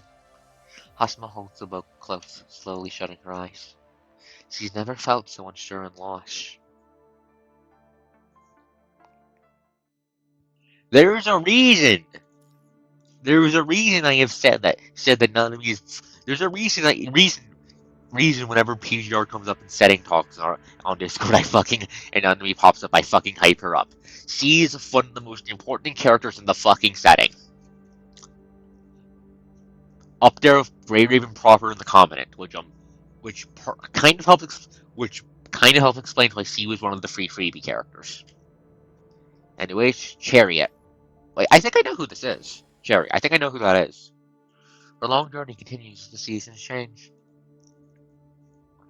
She does not know when it started. The purpose of her wandering has become wandering itself, and wandering is another way to observe and record. The observer should not have possessed any feelings. Like the infinite sky and land, a silent land, an observer observes without getting involved. yet will being to live life about being affected by the land and sky. Even when the observer does not interfere, she has long been part of the cog's gears. Oh, this is the area. Heard impulsed by these gears, she steps into the snow-covered Arctic. From her one remaining duty, she's recorded countless wandering days and nights. Till a fellow machine who's searching for guidance appears before her. I mean, I'd argue they are, Dorf. I'd argue they are. Deep sea ecosystems tend to be heavily tied to geothermal heat, are they not? Most of their life spots tend to pop up around those, or around carcasses that fallen from the heights of higher up reaches of the ocean, which are, well, effectively it's the sky.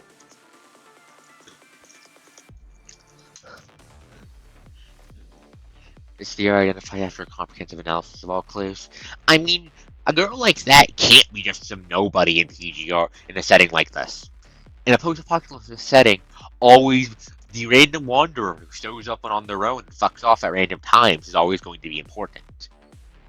You have detected activity ahead. Mechanoid on the move. Tactical circuit ready for activation.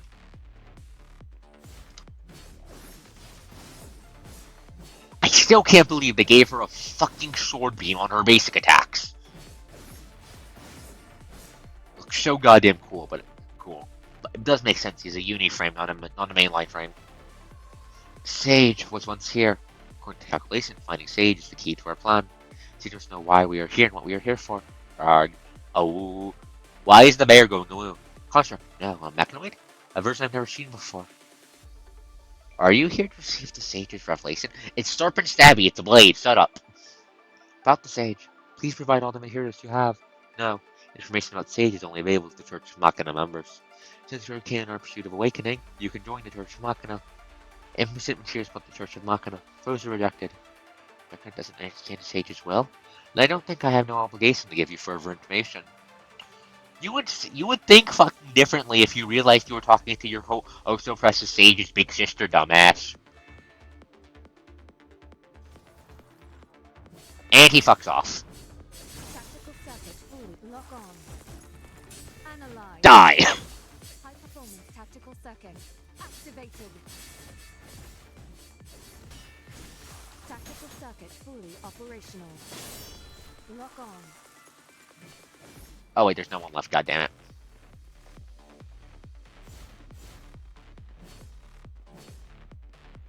She caught up with us. Hi, are you going to be a problem? No, you're not, Pearson. Lock on. Analyze. Synchronization tactical circuit fully operational.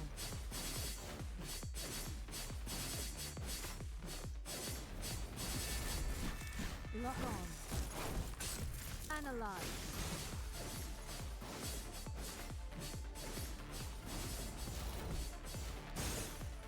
Synchronization rate increased. Attack. Reevaluating battle power, eliminating on single factors. What is he doing? Oh shit. Hey, why the fuck are you attacking? Oh shit. High performance tactical. You wanna fuck around? Time you find out, buddy. Lock on. This is what you get! And destroy. Oh, they didn't kill you. They didn't kill you. Tactical circuit There we go. fully operational.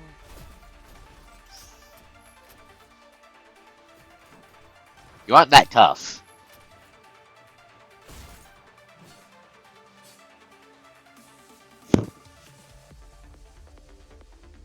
Order complete. Frame status. Normal. Pretty. I wish we had a Dragon Girl in PGR. Exceptionally powerful unit detected. Victory unattainable. Who are you? Mechanoid who's searching for Sage's trail. You know about Sage, but you do not know about the Church of Machina? If you want to join us, I can provide you with the necessary details. Not yet. I need more information before I can make a decision. In that case, we can introduce you to someone who can answer your questions. Is that a fucking spaceship? No, no. Silence, Anna. The coast doesn't sleep, please also. Bigger question. Is this a fucking space? Are these fucking spaceships? Huh? Well, I like, I'm. Is this North? Is that good or bad? Is this good or bad? Oh.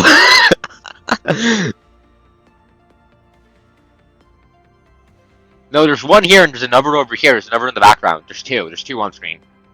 But that's a good question. I don't know. Also, what the fuck? Better question. Why the fuck are they a thing? Babylonia was built to be the very first FTL colonization ship. That's why they invented point to zero point reactors to power the FTL drive because they couldn't because they couldn't get anything else to power because they couldn't get anything else to produce enough fucking energy to power the goddamn thing. Inside an extra cavern hides a massive starship. Let's ask them quietly. What the fuck?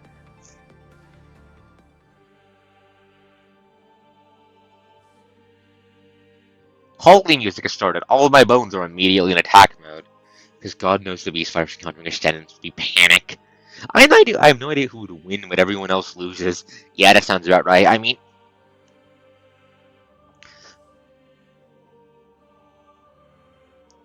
yeah. That's say whoever wins loses so much from the loser that everyone else just fucking dies. However, I'd say once they get space bullshit, if assuming they've teched up the space bullshit levels, I'd say the Ascendants win. Robot Flood. The Beast from Homeworld is basically Robot Flood. It's bad news. It's very bad news. It is horrifically bad news. Artificial sunlight illuminates the interiors of the ship. Chariot bows to the mechanical descent of the hall before stepping aside. You bitches! Okay. Bad news, everyone. Bad news, everyone. The bitch who causes the robot war is in fact alive. Hi, lovers. We're going to have to kill you later, aren't we? Fuck. Welcome. Female mechanoid's active center smiles, greeting Hasima like a human. My name is Arcana. You can call me Mother. Sure, Mother. Ah, so accepting and compliant. The sign of a great student, Zero. This bitch does not deserve that name. So, Mother, what is the Church of Machina? Why are you searching for Sage? Who made the starship?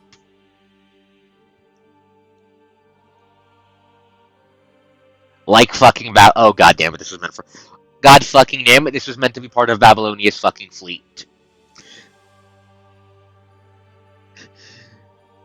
Oh fuck, this was meant to be part of fucking Babylonia's goddamn fleet. Okay, that makes sense. And in that context, it being made under the ARU makes sense as well. The ARU is a powerful economic bloc, so they'd have all the resources needed to do it, and the cold environment would make stirring it sterile, and you're not carrying up anything nasty from Earth a problem, because you don't want fucking fungi getting into a goddamn spaceship into a goddamn spaceship until you have the tech to properly deal with that. With that in mind, the location does make sense. Asking questions already? Shut up, crazy bitch. Robots who will try to murder humanity do not get talking privileges. Harkana uses her gentle voice to detail the stories of the machine's survival. Humans are not the only ones suffering from the punishing virus. For some machines, those who are awakened to understand fear, and the concept of machines as a species, the punishing virus is a threat to the entire machine race. Not to mention the hostility from humankind out of... Stomach, shut up. Not to mention the hostility from humankind out of fear of the virus. After a prolonged period of fighting and devastation of the virus, the awakened machines have gradually received revelations from Sage. Slowly, together, acting in secret on Earth as the Church of Machina. We encountered an opportunity during our search for Sage. She showed me a fragment of the future doing so. Sage Machina, wait. She. Is that fucking Ishmael again? Is that the fucking merciful one playing fuck games again? We know she's doing most in the background. We don't know what her deal is, but we know she's doing something in the background. Sage and Makino return to the church, guiding us away from this broken earth to the end of stars. Sage and Makino will hand the key to the punishing virus and enter the door it opens. The key to the punishing virus?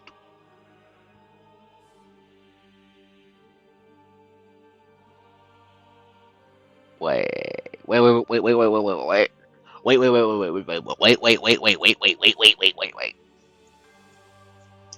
what the okay, I think, okay, first, what the fuck? Second, I think I know what that means. I think I know what that means. Okay. So, back during the Atlantis arc, the researchers in Atlantis were like 90%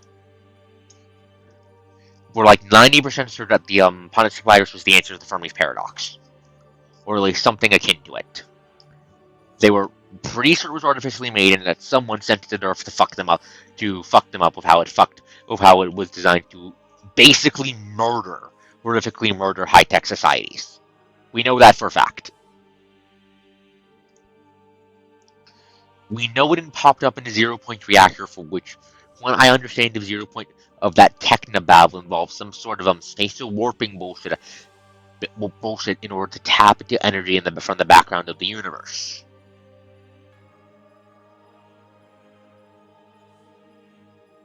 If so, door it opens.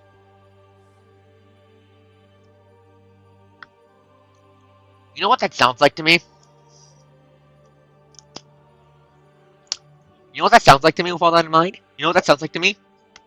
That sounds like to me Nanami's going to kick open the boss doors to whoever made the punishing virus and drop a goddamn robot crusade on their asses to kill them all. Or at least stop them from fucking people up.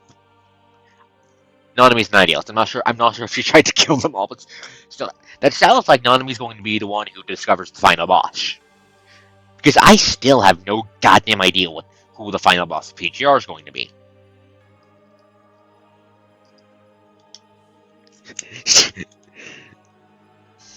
Like, we know there's something fucking off about the Merciful One. We know there's weird bullshit going around with the origin of the Punishing Virus. We know Punishing Virus when we're not Punishing Virus in Ascension Network. Impossible, the coast is not... But why are they calling high-tech civs? We don't know. We don't know. Actually, that brings me to a question. Are they calling high-tech civs? If they're calling high-tech civs, the current form of the virus seems almost unoptimized for that. Like it's horrifically dangerous. It's horrifically lethal, yes, but it could be more so. They can make it so the virus, just by existing, put out an absolute shit ton of radiation, and then humanity would just fucking die within like 24 hours or something like that. They could make it worse. They could have made it so much worse, couldn't they? They have the kind of technology that implies being able to shove the virus into the background energy level of the universe. With the kind of power that implies, they could make the virus worse. Why does it need to evolve? Why wasn't it making hetero creatures from the word go? Why did Gabriel need to discover that, unlock that? If the goal was genocide, this doesn't add up. The goal was genocide, this doesn't add up. Add up of how the punishing virus is deployed, but is deployed.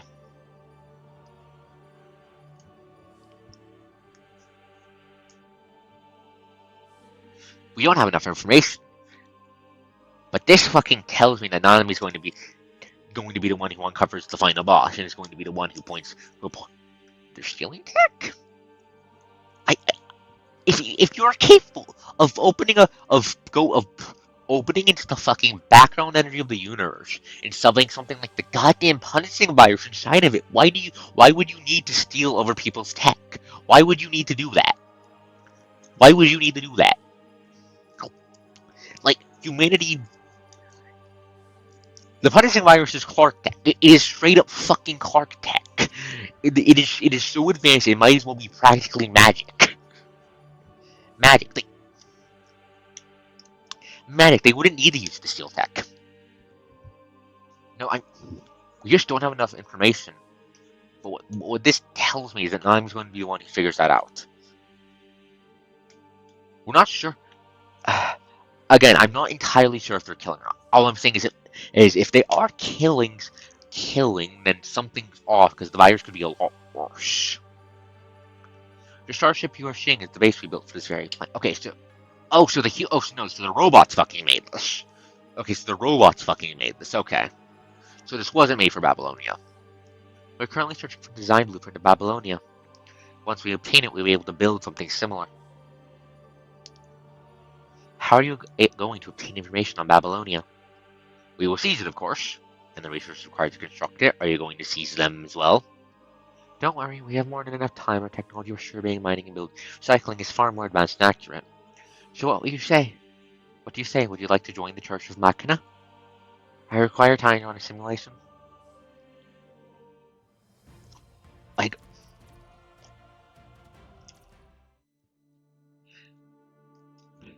the timing of when the virus hit the civilization is fucked. Is fucked. If you're going to have it show it on, I mean, on one hand, since it has effectively universal reach, I suppose, but on the other hand, if the goal is to fuck over civs that could like a threat or something, wouldn't you want it to be to trigger at the first sign of sapience? Sapience? Or what if they never progress beyond zero? Or what if they never go down a tech tree that doesn't? What if they go down a tech?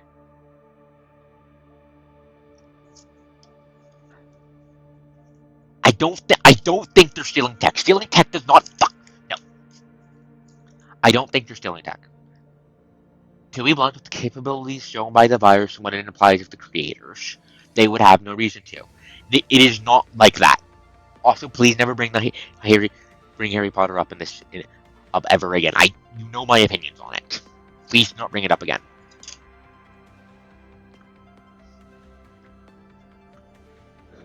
The evidence doesn't point to that. And it points to if it's, but I don't think it points to genocide being the aim either. We're not sure what. I'm not sure either, but I could be wrong. It could just be they're fucking inefficient. Yeah, but the entities are canonically fucking stupider than a bag of goddamn rocks and all. Rocks and also the writing for this is better than Wibby's. So I don't think it's Wibby. I don't think it's a Wibbyism. Again, we just don't have enough information right now.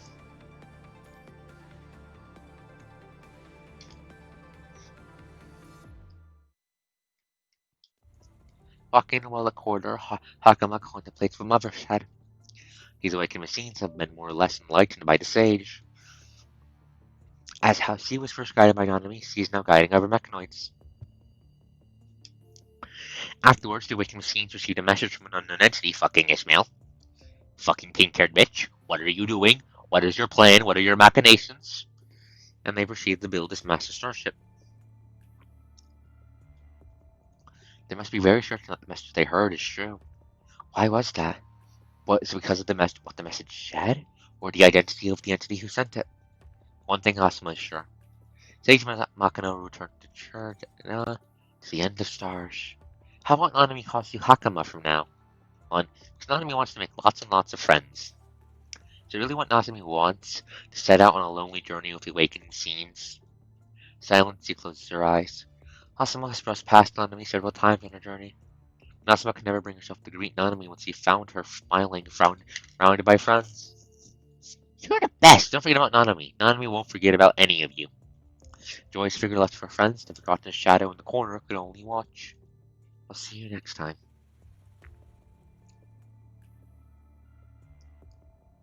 This was enough. That was enough. Her job was to observe. Even with the data anomaly in her mind, hoping Nanami would remain happy was all she could ask. But what about now? What will happen if the Church of Machina finds her? If they cannot, what will become of the awakened machines?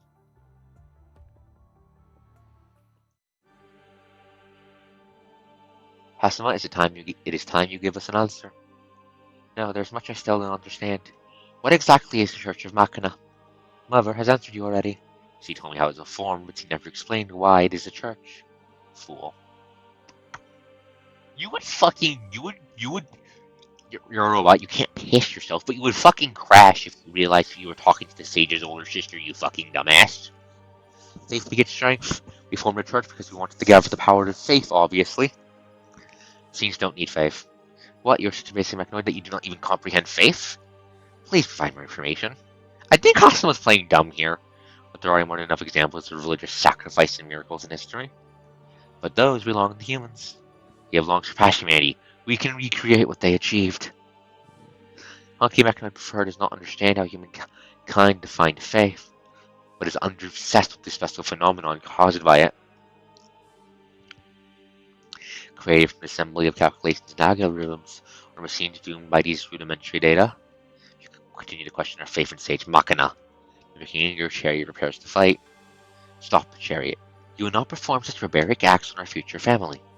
She's not joined, is that so? Why are you hesitating? Is it really Sage's choice to abandon Earth and everything she loves here to travel to the end of the stars?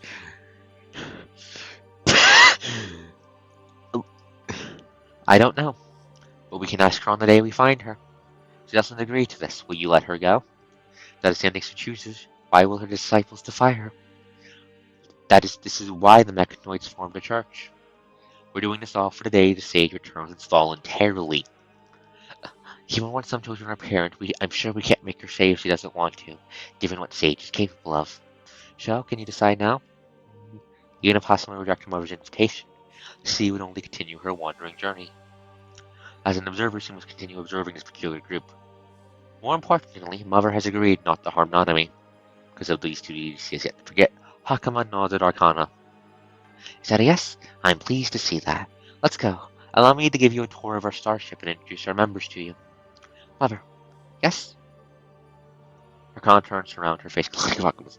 Oops. Your halo is crooked. I just noticed that. Scarlet Fret. Virus bullshit, virus bullshit. Sharp and heavy thud, the thick door to the hall opens, letting a hint of light blast inside the dark chamber. Hurried footsteps follow. Who's here? As metal clashes the stone floor, everything returns to silence.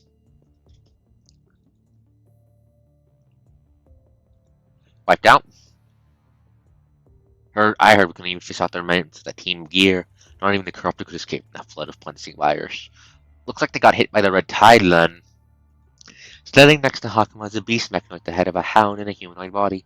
He joined the Church of Machina not too long ago. Hey, it's the dog dude from the future!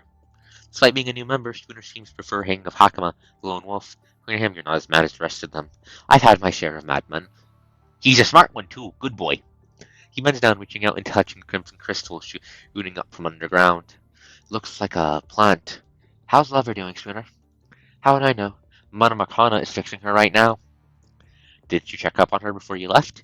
I guess the infection wasn't as serious. Mana Marcana hooked up her memory cell with a music player.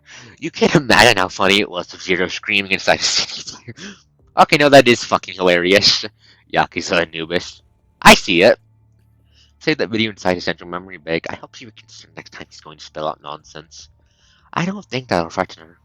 Data enough the area is complete. Composition is still unknown, but it contains a high concentration of the virus. Hassan lifts a fingertip. Her fingers prick the waterfall of data. She sends it to Spooner. So the concentration. Going to instantly devour anyone trapped inside. No screws spared. It's not difficult to imagine how hard Zero's gear got hit. Hassan frowned slightly. Her system is retrieving the wireless signals that were sent and received nearby.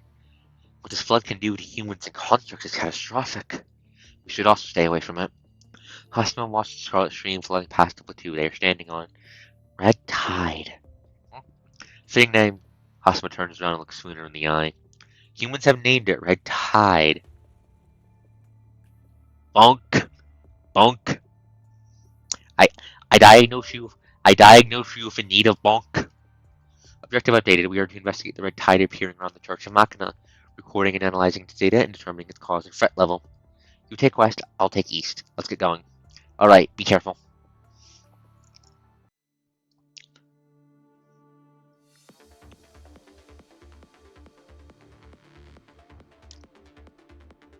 Red tide is spreading faster than expected. Record data needs to be updated. Data identified significant cues to normal creatures identified. Judging from the V concentration, it's more dangerous and corrupted. I need more information. Yes, please grab a spray battle mod. I'm busy committing murder. Lock on. Analyze. Die! Tactical circuit fully operational. Lock on. Analyze. High performance tactical circuit activated. Tactical circuit fully operational. Lock on. Oh, they're all dead. Analyze. Oops. And destroy.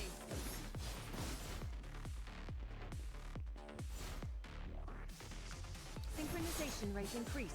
Attacking. Shit, you're. On one hand, you have a good point there. There, on the other hand, I am trying to not get murdered by evil robots. Well, these aren't robots. These are. I'm not sure what the fuck you'd call hetero creatures besides hetero creatures. Analyze. More of them. Speculation 1. The hetero creatures are a type product.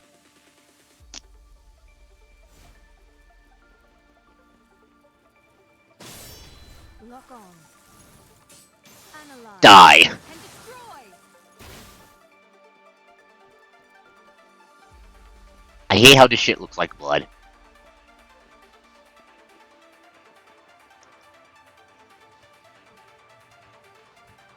Speculation 2. Hetero creatures exhibit characteristics in which life on Earth can keep reproducing and growing. The so-called evolution? In summary, they're bad fucking news. Tactical circuit fully operational. Lock on. Analyze.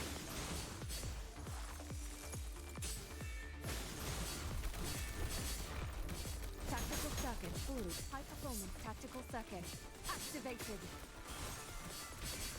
Unexpected incident occurred. Reanalyzing. Lock on. Eh. Analyze. And No destroy. survivors, no survivors. Okay, which way? This way. Biomechanoids? Maybe, but that's just as awkward as a title. I mean, I suppose monster is a good title for Millennium, but still. This is the city on top of the Ascendant base, it looks like. I wonder if the Ascendants know. I wonder if Luna's group knew about the I mean, no, we know Luna's group know about the awakened machines. Gabriel was an awakened machine. We know that, and which confirms they can become Ascendants. I wonder if the Ascendants are a natural feature of the virus. Are awakened machines the intended target? Speculation: 70% of the land in the area is covered by the red tide. Estimated survival rate for life machines is extremely low.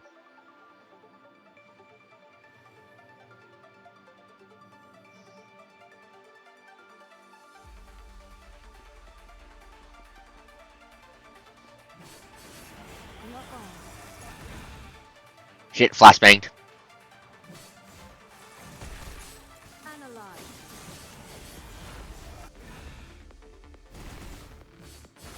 Lock on. Analyze. I mean, kind of, but they. Tactical circuit. High performance tactical circuit activated. Lock on. Unexpected incident occurred. Order complete. Frame status. I mean, kind of, but normal robots can't grow and evolve into other balls the virus can. Seeing data collected, Hasima's mission is over for now. Arriving where they plan, Hasima calculates time to sooner to get there. He checks the respond for tide. Luckily, there's no noticeable sign of infection yet. Hasima closes her eyes. And we know awakened machines can have self to deal with it to a degree. Besides Nanami. Nanami might be just flat out immune. I see my whole thing with lovers. Maintenance in progress. Neurologics operational. Drive stats normal. Fine. They're more like punishing virus-based life, to be honest. Monitor status normal. Renewing access data. It has been a while since Hasima joined the Church of Machina. As an organized militarized group of machines, each church member performs the role adequately and diligently. However, Hasima still realizes that information is not entirely transparent between church members. More precisely, Mother is the only one who knows what the church is doing and where it is heading. Similar to Gear, the Church of Machina's army, Hassan is just another cog of this machine. Many things have changed during the rule of the cog. Chariot fell, the virus evolved, and the church suffered greatly. Simply recording and analyzing the data has taken most of Hassama's processing power. Must have been a long time since he last observed nature this seriously. The sights before her now are so different from the scenery in her memory data. What would Nanami paint if she saw this? The question pops into her programming out of nowhere. Reading power, logic simulation sequence, retrieving data, simulation progress, answer unknown. Hassama! Quiet voice interrupts Hassama's self-test. Oh. Hassama opens her eyes and notices a mist spewing upon the red tide beneath her, within which a small figure appears. What the fuck? What? What? I thought the red tide could only do that if it ate people, and we know for a fact it hasn't eaten Nanami. Right? Hassama opens her eyes and notices a mist spewing upon the red tide beneath her, within which a small figure appears. Nanami? Nanami's here! Hassama, Nanami's painted a lot of pictures. Come here and I'll show them to you. Why is Nanami inside the red tide? Program logic suggests that it's impossible.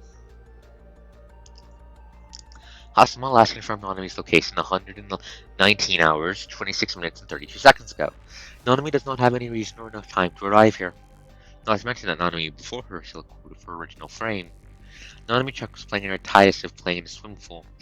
Hassama remembers Nanami doing the same when her frame was maintenance for inspection.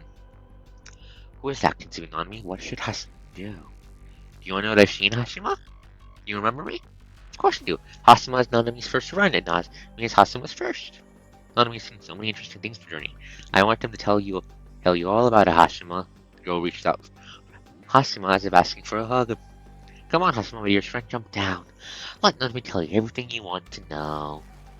A faint alarm goes off, but there seems to be some problem for Auto Mario. Just cannot say for sure. There's a time when Hassama did not have a body once he wanted to respond to Nanami's extended arms. And now, come on, Hassama. Come. Don't! Hassama is jolted awake. What the hell are you doing? Hassama realized as he stepped from entering the red tide, her arms extended. Scarlet waves slap against the earth by your feet before bursting like blood as if feeling disgruntled. This is, I think, when the church realizes. Oh.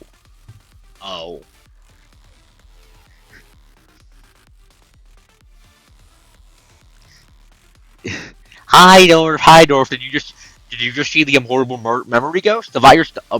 Okay. So we know for a fact Nanami hasn't jumped into the red tide, so we can't be getting the data from her, from eating her, because we know mimicking people is eaten in order to bait more people into it is a thing the red tide does. It just does that. It just does that naturally. It's just a thing it does. So that confirms it. It must have gotten the data by ripping it out of Hassama once he was exposed to the red tide briefly. Oh no, wait, no, it can do that ever since the red tide popped up. That's been a thing it can do for a while. I mean, it can technically do that to any mechanoid or construct if it gets into their goddamn head. Maybe to humans too, but human brains can't survive long under its influence. That's why we don't have human descendants running around.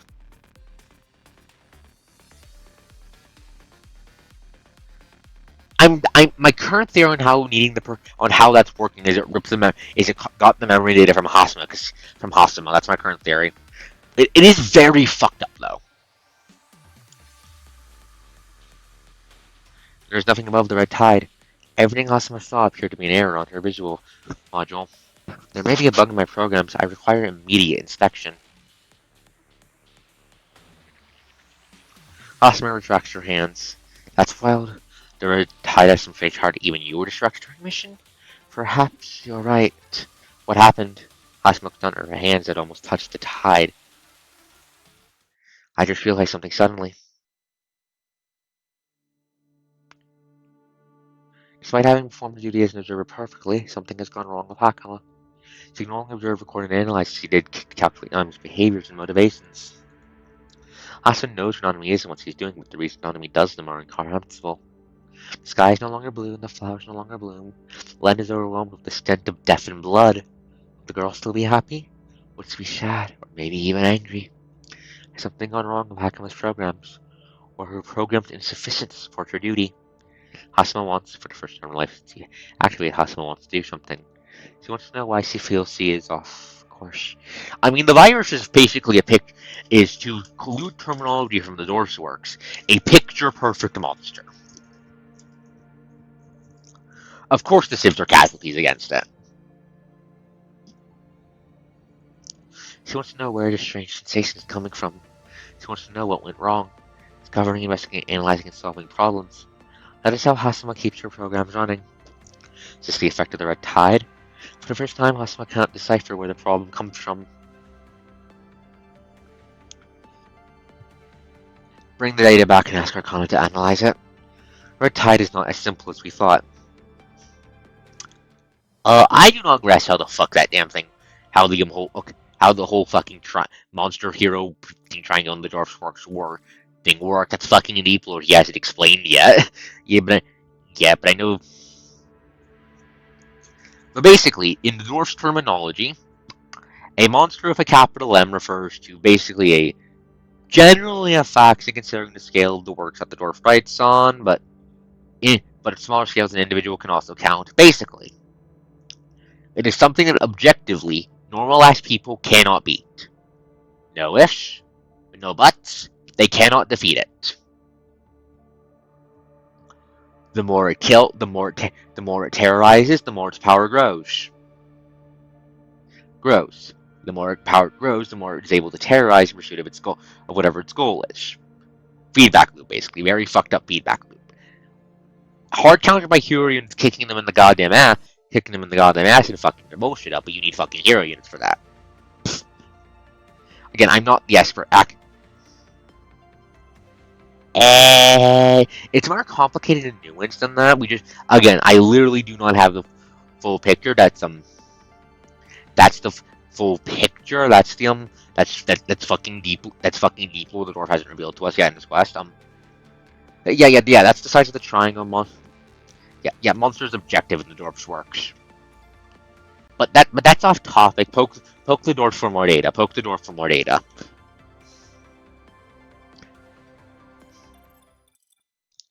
Neurologic circuit operational. Exactly. Explain it fucking poke the Dwarf later to get the rundowns. Memory logic operational. Memory drive is normal because it is off topic. I'm just pointing the virus is extremely lethal and dangerous and bad news. Of course, it murders shit. It goes through shivvies like a chainsaw through fucking tissue paper. Most simulator status offline. Environment monitor status normal. All systems operational. Longer transport control participants. Arcana, Xavier, Zero, Spooner, Hasuma. Xavier, that's a name we haven't heard before. Arcana sits at the highest seat in the Church of Machina, her body illuminated by lights reflecting from the glass, which grant her a sense of aloofness. Most of the key members of the church have gathered here. After receiving data on the red tide from Hasuma and Spooner, simmering uneasiness at the church's tail grows increasingly pressing. The brief silence, Trailblazer speaks. We should act now. Are we supposed to wait until this red ocean sweeps us away or the humans attack us? Retrieving information. Speaker, Trailblazer. Codename, Chariot, Successor. Analyzing simulated emotions. Anger, anxiety. I totally understand your drive to access the new Chariot Blaze. Slouching male McMillan beside the hall sits straight and speaks, going from acting uninterested to enthusiastic and interest. I don't trust you. Retrieving information. Speaker, Xavier. Codenamed Magician. In charge of Project Ark with Emperor. Responsibility for maintenance and technology development for the Church of Machina. Okay, so that's their R&D guy. Analyzing simulated emotions. Overexcitement. Just take a look at Blaze, everyone. I'm asking. Its curves can move at lightning speed and pack some mighty punch that can tear apart chaos itself. I personally polished every part I've replaced for him. This weapon too. Blaze, show them my newest work. Blades that cut like solidified flame and shine like a star. Oh god, you're a mad scientist. Trailblazer holds up the weapon as Xavier speaks, supporting his passionate explanation. Retrieving terms. Updating keywords. Trailblazer. Oh my fucking god. Record uploaded. Knock, knock, I'm sorry, late. Is Xavier hawking his little toys again? Zero's voice comes out of a Golden Age music player on the floor that shapes like a gramophone. Pfft. Retrieving information. Speaker, Spooner, codename, Death.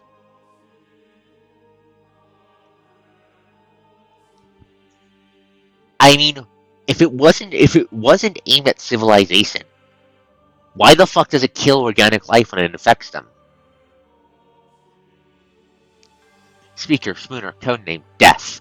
Responsible for constructions in the Church of Machina and occasional scouting missions. Oh. Analyzing simulated emotions. Joy. Sage won't suddenly appear if we keep waiting and do nothing. Without letting us prepare a grand welcoming ceremony. Didn't the previous chariot get the thing? As long as we make good use of what we have here, we can simply take over the Space Garden and gift it to Sage. Checking it all out, I shall emerge from a sea of romantic rose petals, greeting Sage with my true love. Reviewing information. Speaker, Zero, codename, Lover. The only team member who was awakened by Sage and Machina's murder originally before pursuing the Church of Machina to become a member. Responsible for running simulations regarding Sage Machina. Real-time analysis of simulated emotions. Failed. Ah, everyone's been working hard. Thank you for your contributions. Reviewing information. Speaker, Arcana, leader of the Church of Machina. Real-time analysis of simulated emotions. Failed. Chariot sacrifice shall not be forgotten. Xavier has also given much for Project Ark. Data Hakamatsu brought us to us one fact. The situation on Earth is getting dire. While relentlessly in the Church of Machina will grow more scarce until we are exposed to the humans. Only Sage Machina can point us the correct way. Zero was right about one thing. This is our opportunity to welcome Sage. This evolution of the virus is drastically changing Babylonia. This is the weakest they've ever been, and this is our best chance to claim their data and resources. Humanity will end eventually. As the future masters of this planet, we awakened machines can't allow the resource the human plans to consume to go to waste. If we act now, Sage will appear on that distant star. I don't like you. 4 little words.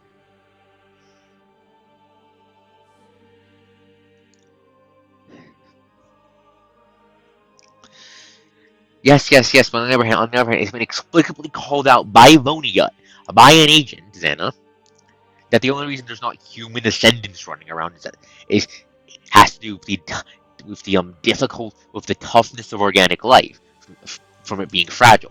From the sound of it, the virus is trying to do whatever it does corrupted in whatever it does to ascendants. It's trying to do it, but the human body just isn't tough enough to take it. But yeah, we vote 1, 2, 3, 4, 5, 6, 7, 8, 9, 10, 11. With 11 words, I have decided I do not like Arcana. Arcana closes her eyes gently as the scene is played out in another dimension, her soft murmur sounding prophetic. Really? Xavier, that frigate. As the group turns to focus away from Trailblazer, Xavier, who slumps on his chair, looks up. It was fixed a long time ago. She could explain it to the group. Emperor should have been the one doing this. He's the best at ordering people around. We were disposed of the frigate from Eden I test vessel. The Eden 1 test vessel. Okay, from Babylonia's prototype? The antique, yeah, but I've turned it around. Can't say it's better than what Babylon was using, but it's competent in a fight. Saw the latest. Xavier. Yeah, since the frigate belongs to the same series of ships from Babylonia, its identification code will get approved there. We can stay concealed for a while as long as we get past manual recognition. Might be an old frigate, its firepower not suitable for battle, but then it's not really our weapon, is it? Take me. How can I not be there if Sage is going to appear? I am the only one who can take on this mission. Trailblazer puffs out his chest and flings his arm around. Perhaps, or it could be the reason it treats organics the same as how do I put this? Completion's sake? Humanity in PGR focuses pretty hard on robotics and computing technologies primarily, as we can see with constructs,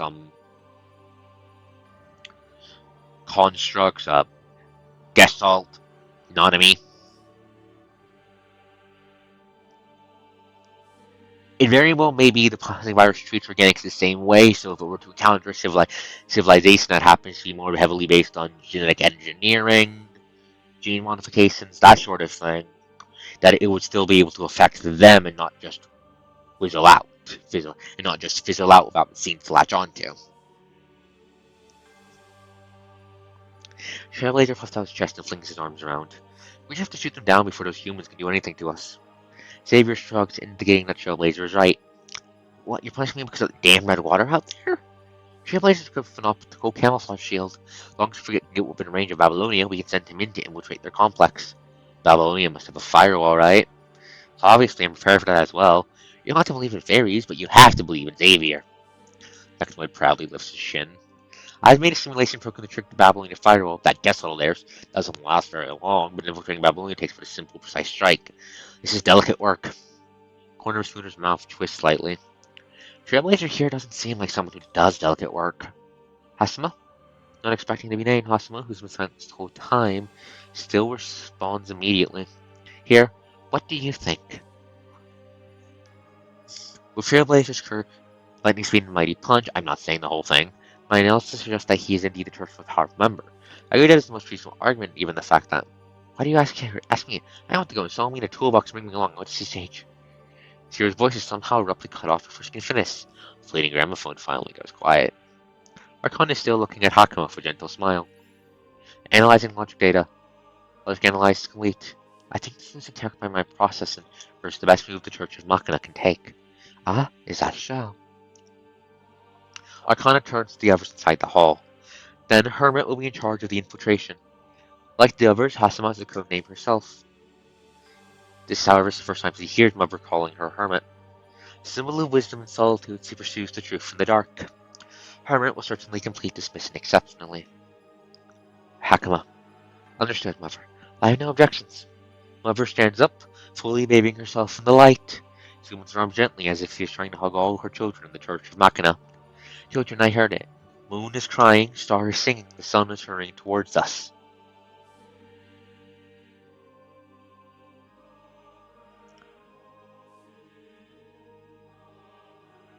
Wait. Considers the time frame. Wait. Okay, is this referring to Church of Machina members or is this referring to the agents?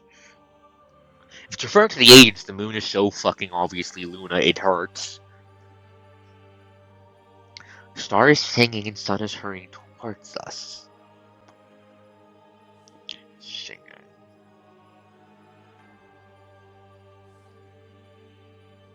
Would that make Star Ismail? Because I don't think Voniga does anything that can be described as singing.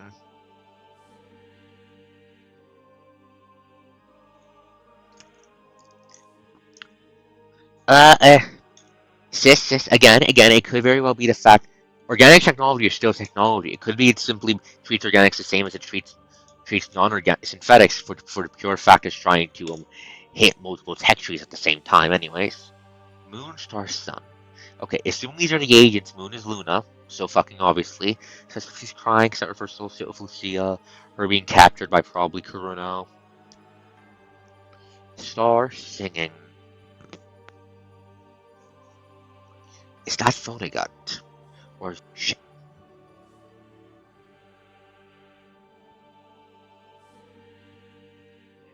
Ah, we just briefly dropped frames there. Apologies. I hope this didn't cut the stream up, but yeah. I'm not sure if singing. That could be Vonnegut. Vonnegut when Sun is turning towards us. No, I think Sun is Vonnegut. If Vonnegut learned about the Church of Machina, he'd definitely be trying to suborn them. So that means Sun is probably if these are the agents, the Moon is Luna, Sun is Vonnegut, and Star is Huck, and Star is Ismail. World will soon fall asleep. Before that, let's bring the lost fool from her journey. World. Fall asleep. Is that referring to me? World is either referring to me or the entirety of humankind, and I'm not sure which. And before that, let's bring the lost fool home from her journey. And that's Nanami. Fool is Nanami. Mechanoid's choice.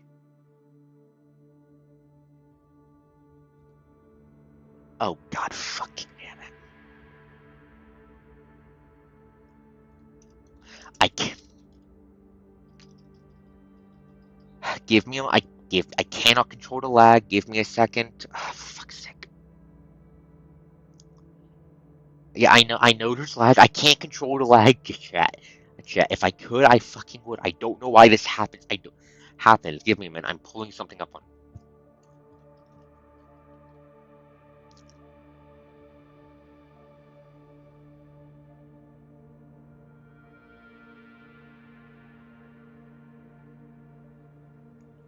Give me a second. I'm checking the fucking outage bullshit.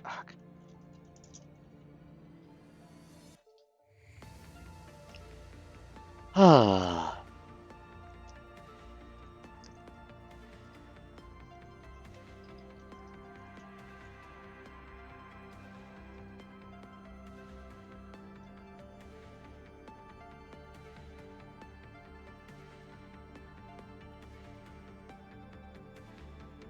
Okay, going to have maintenance starting at 1 a.m., so I'm probably going to have to end the stream early. Fuck. Okay, we seem to be stable, but I have a hard time limit. I have to end before 1 a.m. How many fucking chapters are left? 12. 18. Okay, so this is the second to last playable mission, which means we're probably close on the end. Okay, sorry, I'm thinking.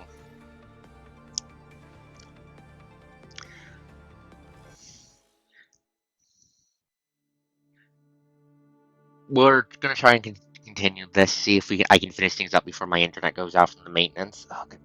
Frigate has successfully crossed the stratosphere. We've reached acquired height, beginning stealth approach towards Babylonia. According to the status of the frigate, it has some seen the lone glistening star or that sign airs not this kind of Earth. Babylonia, the target of the Church of Machina. So dear Xavier speaking. How are the optical camouflage and radiation dampener to the old girl holding up? They're holding up well, but the blister during liftoff is less than 5%. Cloaking has not been affected. Wonderful. How's Blaze doing? Asma turns towards Trailblazer, who's standing at the front of the frigate staring at Babylonia, his arms crossed, looking unperturbed. Don't worry about me. As Chariot, I shall use this body to forge the path to our future with my kin. Yeah, sorry about the lag, folks. I cannot control it, ugh. Let's hope I don't have to splice up the stream or upload the VODs to you, because it's going to be a pain in the ass. I hate having to do that. Certainly, I trust you. After all, you're my second best work. My best work, of course, will always be the next one. Right, don't forget, Citrus or Mononormal BM Max 96.5 should have nabbed me some. Might be old, but if it's the real deal. I hope we'll find worthy opponents in Babylonia. Only then will be worthy of a frontal assault. Wait, does the fucker want Shiram? Haha, well, this is it. Comms will go out once you enter stealth mode. Not a scratch, alright? You'll break my heart otherwise. Asuma and Trailblazer nod solemnly, and the transmission from the Church of Machina ends. Hakama, are you afraid? Hakama's not sure why he would ask something like that. He does not recall speaking to Smekma before. Still, test complete, I haven't discovered any emotion similar to fear. Its X-ray of saturation is 9.7%, but our survival rate is less than 50. I might not fear death, but you're different, aren't you? I become stronger to seek the awakening, which is why I definitely want to find Sage. If I don't strive, I'm simply not strong enough. To the rest of us, Sage is our only truth. But you're not like me. I can see the confusion and hesitation on your face whenever we mention Sage. Are you questioning my loyalty?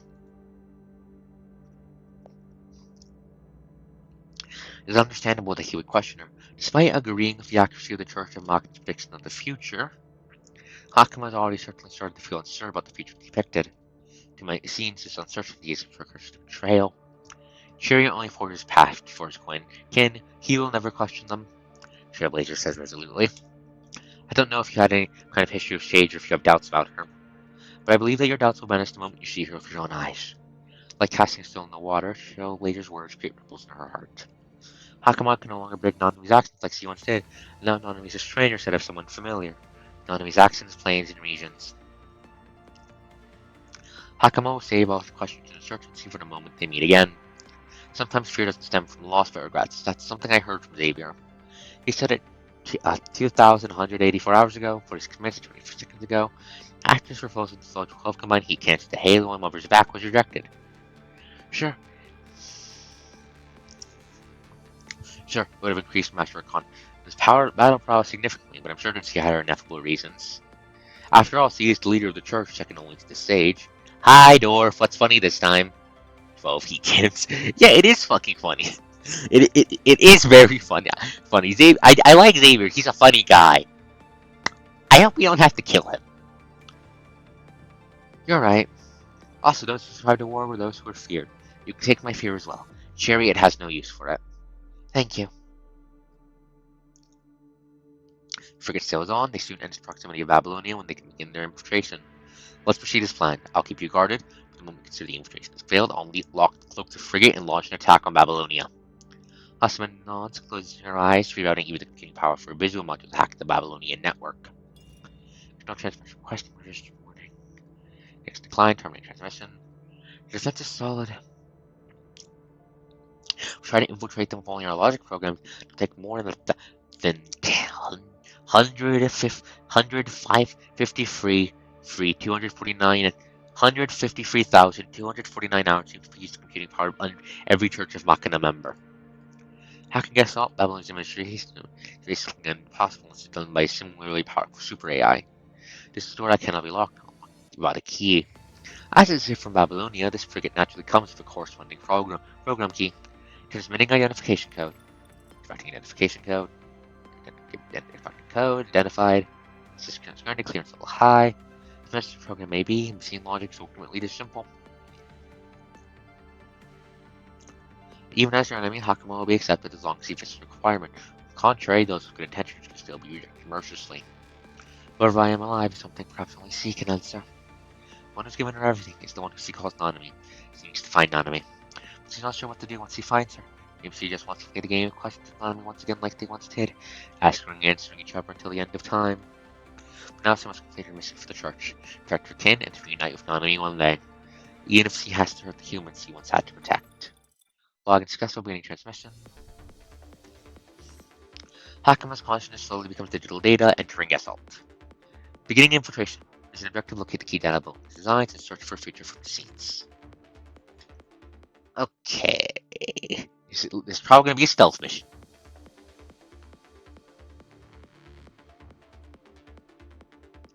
Graphical perspective structured by assault computing power.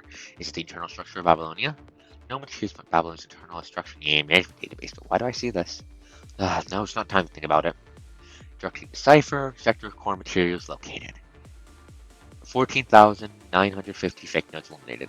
Route plan failed to experience. Seems like the former direct check to the area. High performance tactical circuit activated. Synchronization rate increased. Attacking. Lock on. Analyze. And destroy! Oh, I love her move. It's so fucking cool. I love scythes. Scythes are cool.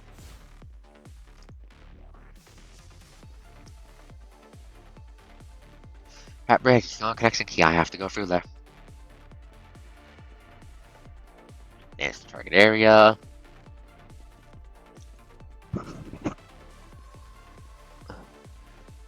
I wonder if we know Gessalt's in contact with Nanami. This whole thing is probably Gestalt playing fuck games. Firewalls and keeping it all within our program. Also, the stuff connects in ways. Sky program generated. Program body pack completed. Data ferry invasion started. Generating data ferry. Generating data ferry. Control the ferry. Carefully avoid the control. Stealth mission time.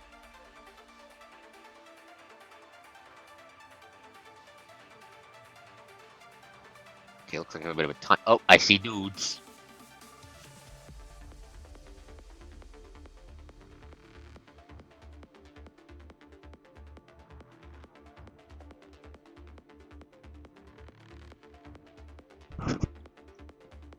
Fix the mic, fix the mic. Okay. Give me a sec, I'm doing this up.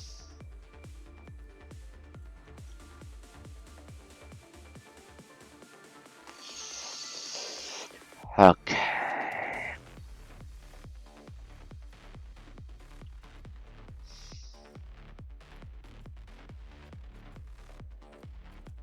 There we go. recognize the elevator door.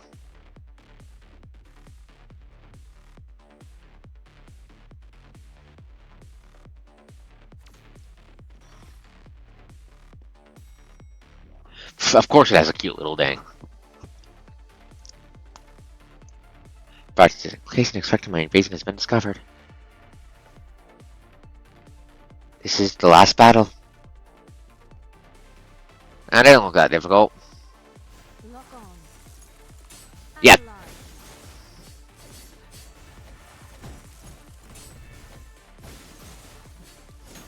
Analyze. I'm like 90% sure Gestalt is just pretending to fight us and is purposely letting us in. Analyze.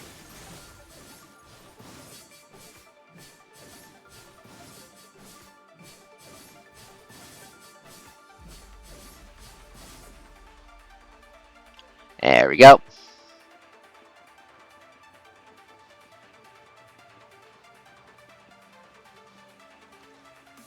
Order complete. Frame status. Normal. Hasma stands silently inside the turbulent data center. Even if it's only one of Gestalt's many data hubs, it is still far more complicated than every book and every file she has read combined. Possibly she's more than happy to stay here forever, going through all the recorded data. But she has a more important mission right now. She immediately begins to search. While my stage stream, Hasma is once again in awe of how powerful super AI Gestalt is. But even Gestalt was created by humans who the Church of Machina regards as worthless. And there's the key disconnect from Nanami, because we know Nanami loves humanity. We're really the more advanced beings. Machines have a near immaculate rationality, undying bodies, and far more computing power than humans. If that's the case, why are they searching for awakening? What do machines need to awaken as? Hakama knows that awakened machines no longer need to fear the virus, but she thinks there's more to awakening than that. Going through countless data, nothing is able to answer Hakama. Perhaps it is also for humans to contemplate a thinking machine. Search complete. Target file is here. Data folder blinking blue is extracted. Within the folder is charged to design the Church of Machina is hoping to find. But the folder suddenly disappears. Here's the moment Hakama reaches out to retrieve it, and the virtual world around her crumbles into nothingness afterwards, leaving her alone in the dark. Hakama realizes she exposed right away and moves to a fighting stance, even though she knows there's no way she can defeat the super AI Gestalt in the digital world. Gestalt's attack has not arrived. All she can hear is the surrounding white noise, throbbing. Hello, MPA-01, or I believe it is Hakama now, correct? The white noise merges into a chilling female voice. Hakama is certain that it is Gestalt speaking. Correct, and what should I call you? Following our tactical sarcasm, looks around to see speaks long for time. We find a way out of here. It's the way to send the files back if it means destruction of her mind. Names are meaningless to me. Humans call me Gessel. You can give me a nickname if you want, as the one called Nanami did. Hasma stares into the void in disbelief. The name of the person she has been searching for just came out of nowhere like this. You know Nanami? Where is she right now? Unusual emotion function detected. Your program is fairly unstable, a far cry from your original design. Only then Hakama realized Subriano is not just Nanami, but also Hakama's original identification code. All information on her origin should have already been destroyed, which leaves one possibility. Are you my original designer? Reasonable guess, but no. You were still designed by humans, but I was the one who led the machine consciousness experiment. So Nanami was indeed your test subject. What is your goal? Small correction, Nanami was not our only test subject. You, Hakama, were the other subject to prove the existence of machine consciousness. Hakama's eye were talked for a brief while from Gestalt's few words. I was a test subject too? I have no fucking idea. Maybe that one Ice Dragon Ice Dragon Knight. Back in the Golden Age, humans believed that their biggest threat was the machines' growing intelligence. They were worried that the machines would surpass humanity one day and start a war that humans could not win. Therefore, it required an example of how a machine would think, how it would react to other machines, and how it would react to humans once it achieved self-awareness. The Anatomy appears for Hakama. It's the first time she sees what Nanami looks like now. It's like the changes, she still recognizes the girl before her. Nanami. Nanami is what the experiment wanted to achieve. Machines' love is freed from the shackle of programming. Kindness or affection from humans have paved the way to the future for machines. Large spread of data and profiles procured for Hakama, including information from the female researcher who gave Hakama her body. Though the experiment was cut short due to the virus, Nanami still managed to trigger the machine's awakening. Now that she knows what her duty is, I believe more mechanoids will soon be awakened. What about the humans? What will happen to them? No matter how many simulations I've done, humanity's extinction in the future cannot be prevented. Humankind as a species is evidentially flawed. So I can only tell them no simulate futures. I guess they're hardly wrong. But Cassell hesitates for a while before continuing. An abnormal behavior from a super AI and her boundless real-time computing power. One called Nanami is still unwilling to give up her search for an impossible future. Slightly surprised, Hakama soon reached out towards Nanami's projection, with a smile he's aware of, tracing Nanami's face like the countless times he wanted in the past. It does sound like the foolhardy option Nanami would choose. Then what would you choose, MPA-01 Hakama? This is the last step of the experiment. What would I choose? Hakama's never thought about it. It seems that he's never considered himself a factor determining mankind's future. Clicked off. Seems love is freed from shackles of programming. Kindness and affection from humans have paved the future, half the future for machines. Nanami has already begun the adventure for the future she wants. What should someone who has been searching for Nanami do, then? If something virus never showed up, what would the future of machines and humans have been? How do those who cannot see the future light the path ahead? This is something no machine who only imitates cannot feel. Experience humanity entirely, and then make your own choice. You've been observed from the side, what will you choose? Wait, is this... Sage Machina is the only one who can choose. The choices you can make can also change things. Will you change them? Who gives machines meaning after humans are gone?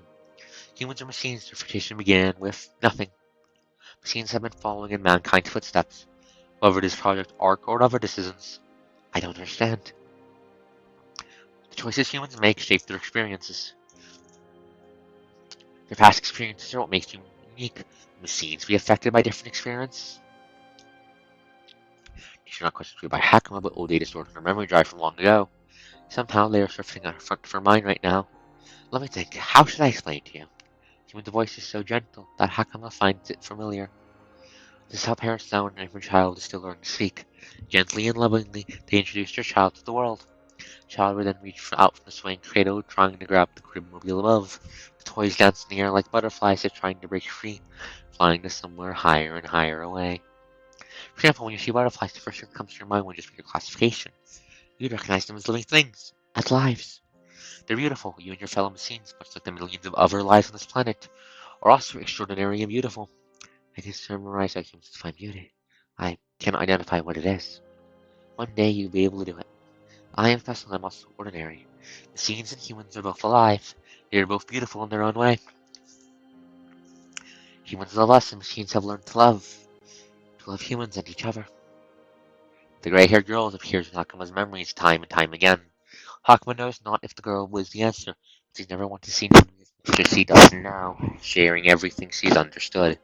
The urge to central logic calculation data analysis. Perhaps it should be called the soul. The blue folder emerged on the boy once more. Hakuma can touch it if she reaches out. Your choice will determine the future. Hakuma looks up, smiling at the gentle blue bow. No, the future is determined by everyone's choice, so... I'm not sure. I'm pretty sure that was Gessel taking a page out. Remember how the Ascension Network likes to use people's memories to talk to them? I think that's Gessel taking a page out of its book and using Hakuma's memories to talk to her. Hakuma reaches out, making a choice of her own.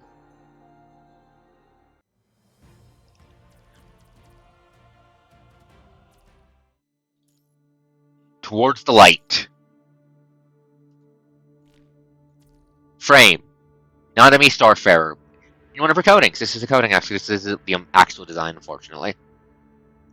Skill. Leader. Sage Machina. Increases fire damage of all members by 10%. Increases the damage of all tank comedy frames in the team by 5%. About the researchers hard at work. Science Council's second department laboratory appears emptier than usual, which makes the two female figures inside all the more out of place. The slightly older woman nods and smiles. That's because Nanami made it, and Nanami is a fucking nerd. It's Nanami mimicking humanity again. The slightly older woman nods and smiles, placing her hand on her desk. The Queen of the Night, projected above, slowly dissipates. Is that what you want? Despite phrasing his question, Ismail sounds less like asking and more like stating a known fact. Hello, spooky third fucking agent. How the fucking agent is in Babylonia and is in a highly ranked position because we know you're in big shot in the control court. It's a fucking question.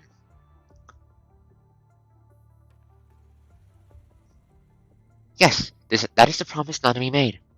Promise. Alright, I will fulfill the promise you made to her. Controller, then I'll entrust Commandant to you. The, the mech does not have enough gun to be American.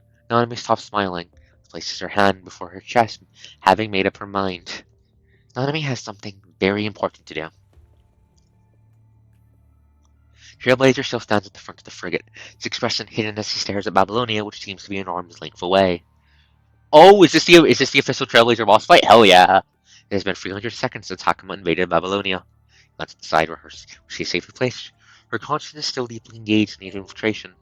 According to the Project Ark, Hakima's infiltration is considered a failure. Setting course for Babylonia complete. No, I do not want to skip the story. Fuck off. If they don't return in 1800 seconds, frigate will crash into Babylonia. Our operation might have failed, but we can strike a heavy blow at the humans, buying the church enough time to launch another wave of attack. With that, Trailblazer ignites his thrusters, blinding flames separating from the frigate's artificial gravity. He begins to hover, and his laser blade generator starts to glow brightly. Entering the next phase of Project Ark is his chariot Trailblazer launching an assault on Babylonia. At this moment, the alarm on the frigate starts blaring. The system shows an object flying towards the ship at incredible speed. So the Babylonians discovering us, covered us, beginning intercept. The frigate fires its anti-ballistic missiles, but the A's defense system struggles with hits, glowing object flying at the speed of a shooting star and accelerating still. It's going to hit us. There's no dodging. Brace for impact! Shooting star pierces the outer layer of the frigate, crashing directly onto the deck. Trailblazer stares at the uninvited guest and finds a mech that rivals him in size, on top of which sits a young girl. There is no information on a construct like you in the date Babylonia. You are no construct, you are a machine like us. The girl before him does not attack. She jumps down her mech, her gaze setting on Hakama in the distance. Hakama! The Church of Makan is still lost on the wrong path, just like what I saw in the future. If we don't change the future, machines and humans remain enemies. They'll never end up as friends. The girl looks unbelievably desolate. It is unfathomable, the Trailblazer. Friends? With humans? If you're one of us, then you know that humans have never treated seagulls. Machines are only their tools, a means to the end. Punishing virus cost their kin their lives themselves. What did humans do? Having been responsible for all these disasters, they slaughter us like monsters. The girl does not refute him. Instead, she nods solemnly. You're right, and this will lead to a full-scale war between humans and machines in the future. If our hands are too busy holding weapons, then they won't be able to shake each other's hands. But right now, in the present, we still have a choice to choose a different future. Obviously, Church of Machina is working to change the future. If we are destined to fight, machines simply have to eliminate mankind now. We can take our kin away from Earth without humanity's threat. Trailblazer extends the full arsenal of his body. He is, in his entirety, a mechanized organism designed only for killing. Kind of Nanami being Nanami. There's a 50% chance that Nanami is actually in character thinking of Sympathy or referencing it. He's a massive nerd and a fan of anime and all that after all. My human creator made me to kill other humans. My purpose was this simple and pure. See? Even humans can be friends with each other. What you're hoping for is a mere fantasy. How would he feel if he realized he was saying this to his god? Just like how we are awakening, humans are also trying to change themselves, turning to and befriending each other. I think the future this power can create is beyond Gestalt's calculation. Is this the ending you've calculated, then? The girl shakes her head playfully and smiles. Not really. This is Nanami's belief. Belief. That's a nice word. I'll remember it. Nanami. That's your name, isn't it? If you and I believe in a different future, then we shall perform an experiment test which hypothesis has the strength to forge a path forwards. Trailblazer stops talking, rerouting all computing power to his tactical circuit. But how frail the girl looks, her mech less armed, Trailblazer somehow knows he cannot underestimate her.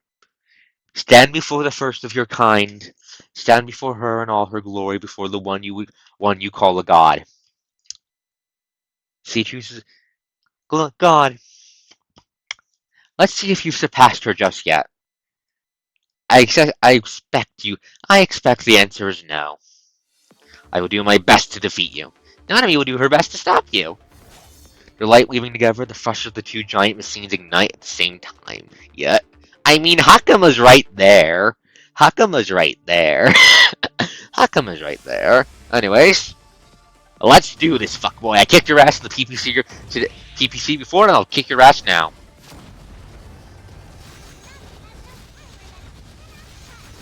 Oh, you have 100 bars. That is a lot of bars.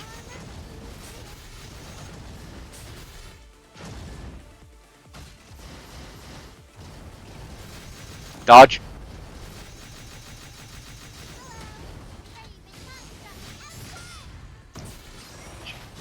Wait, that was a parry window. I could parry that. Okay, it's fine. We still have overshield.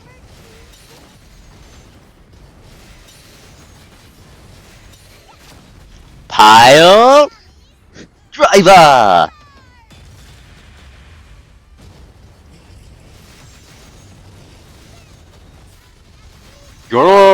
Oh shit! You parry. Okay, if he parries me, I can parry the attack he does afterwards. Come on, fuckboy, give me all you got.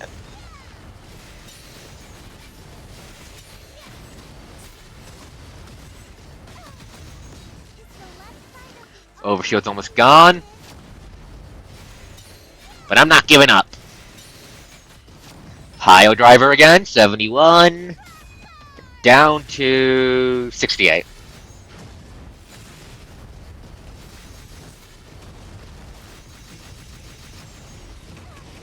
Or oh shit. Okay. Get parried, idiot!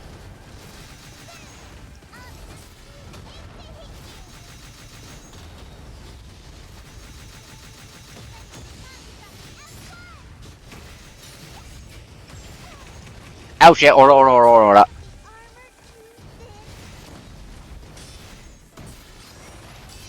Get parried.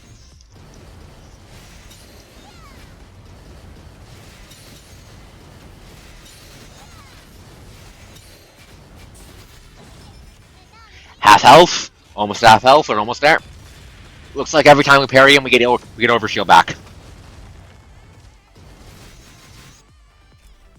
Oh, what's he doing? Cutscene, face change. Oh shit, super mode.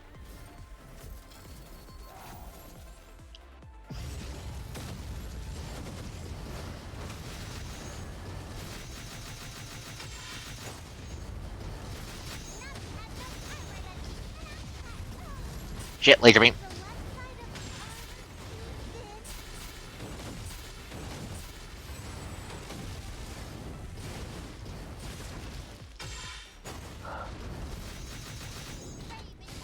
Get down where I can kill you.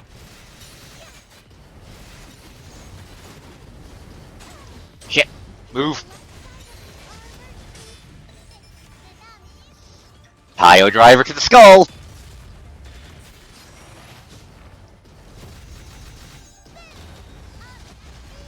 Dirty. Oh, this is beautiful. Oh. At laser beam. Keep on hacking away. I want Cherry as a mech. Understandable, he's fucking cool. Wait, that was parryable. Fuck. Ow, ow, ow, ow, ow, ow, ow.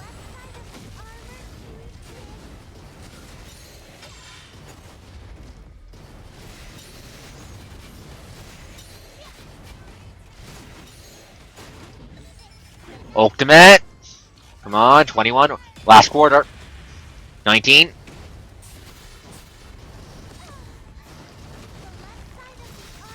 Come on, enemy, we're almost there.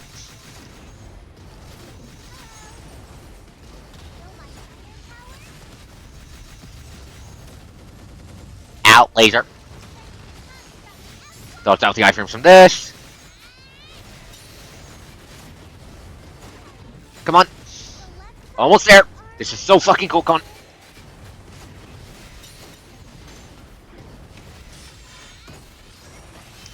Get parried.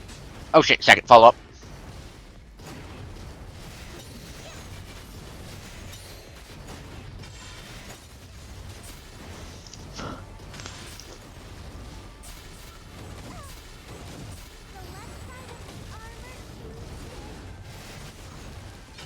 Come on, get down here where I can kill you. Let's finish this off with a pyro driver. Right to the skull.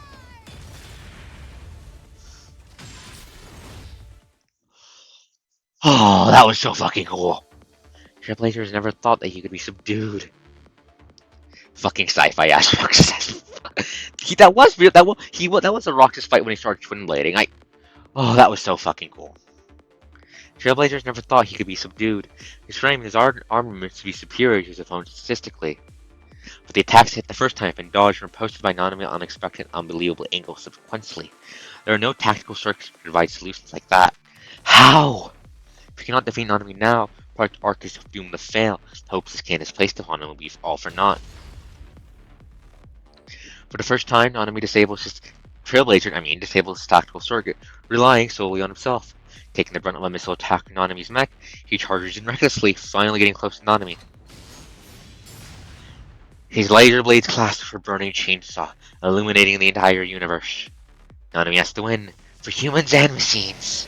Her words seem to carry extra strength. Trailblazer's pride, physical prowess is being overcome as a running chainsaw shines even brighter than his blades of light.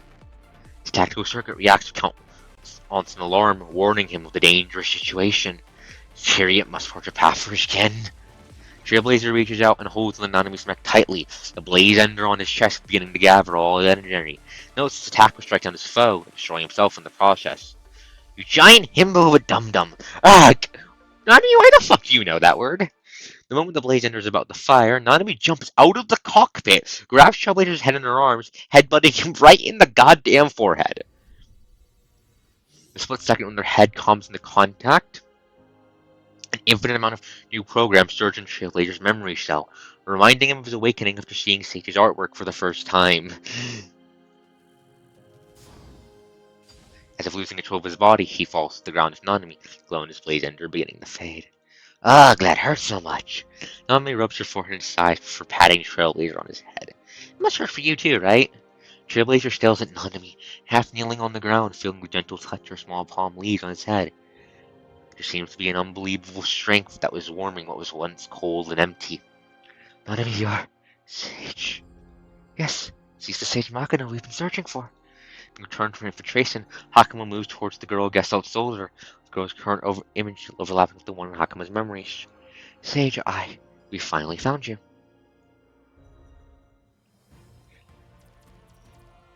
Oh, that was I love that fight. I love that fight. Clear.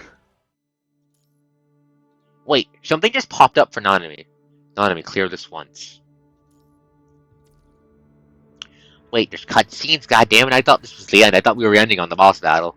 Back on the road. Okay, no, this is the end probably. Now it's done. Okay, next up is a new divide. Hakama wishes to play the never-ending game of questions with Nanami once again, as they did in that small room. But she also knows that Nanami is no longer the Nanami from her past, and Hakama herself is not who she once was either. Now Hakama is the torture Makina's hermit, and Nanami the ultimate purpose they seek. Let me understand all your fears and confusion, because just like you, I've also seen the worst endings between machines and humans in countless futures. Whether or not your mission here succeeds today, machines and humans might still destroy each other under the threat of the virus.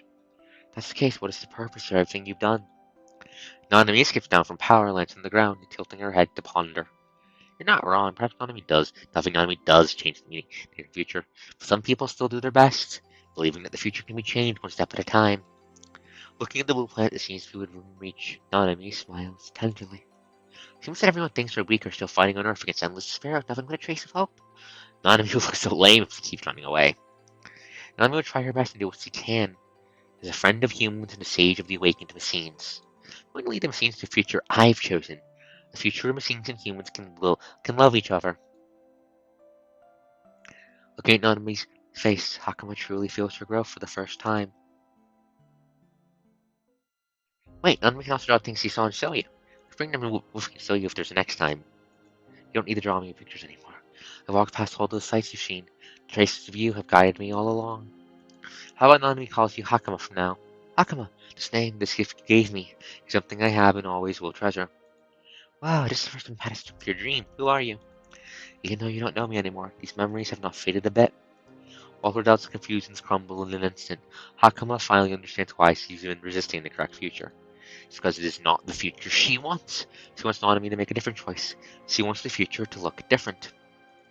Nanami is what the experiment wanted to achieve. Machine's love is freed from the shackles of programming. Kindness and affection from humans have paved a path to the future for machines. But who is she to sack on Nanami once again? All the things she wanted to say plunged back to the dark pond. Nanami is still the girl Hakama remembers, but she is also the sage Machina every machine follows. Sage, I will stay by your side no matter what you chose. Always.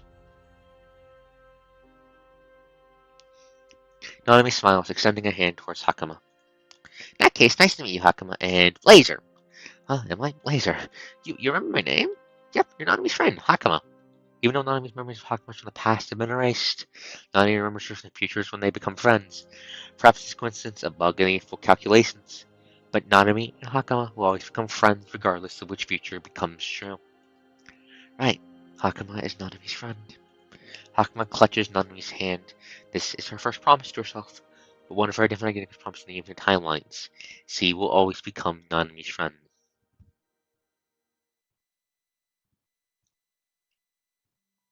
And so Nanami has decided to begin the real journey. You have said that before. Hi, Martin! Haven't seen you in a while. This is different. Someone told Nanami something very important. Now I'm going to search for that treasure. The girl hides her hands behind her back as if keeping a deep blue sheet. For Highlands listen with resolve. To make that dream come true, we're going to need everybody. Nanami is going to find more companions to gather everyone together. Because there are many more friends waiting for me. You're not making something up just so you can disappear and have fun somewhere else, are you? Of course not. Nanami is not leaving any friends behind this time. Martin, Rohachi, Hakama, Laser, and of all the lost children, Nanami will bring them home. Bonk to Zana. Location Nanda. Data from Nanami confirmed. Then let's go. My new adventure. Oh my god, she has. Nanami has grown up on a steady diet of JRPGs. As you can see, this is about to become the punching virus's problem. Many complete karate feet together here, and together they form one complete picture. Cutscene.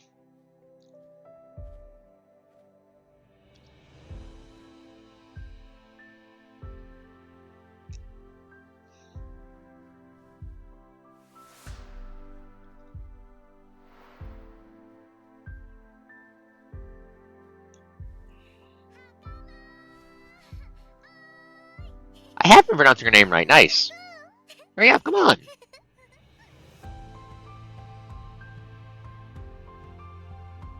Oh, this is so fucking cute. This time, we'll be traveling together.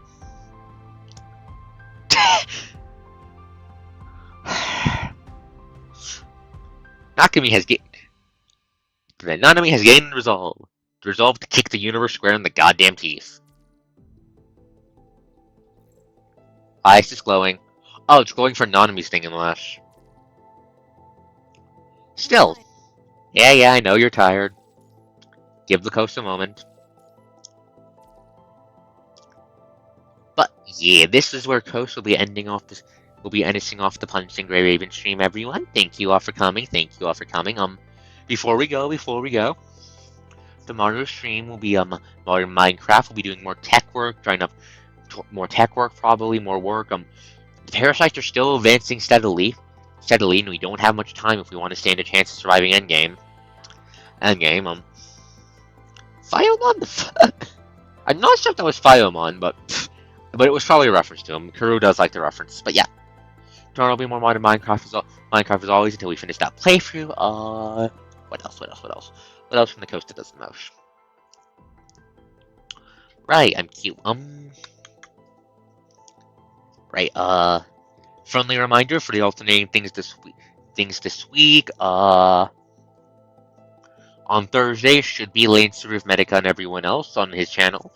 We should be playing Lancer and Murder and finally putting that goddamn moth in the ground, and with it closing the first arc of Team Blacklist's story to an end. Then on some Saturday we will pick up where we left off in Wuthering Waves. The waves do be wuthering. I'm not sure if we'll be doing character stories or if we'll be heading on the Black Shores. I'll figure that out beforehand. But that's it for tonight, everyone. Coast still has some dailies to finish up before I hop on the Discord, so have a good night, everyone. Rest well. This has been ArkosDawn, the coast that does the most. See you later.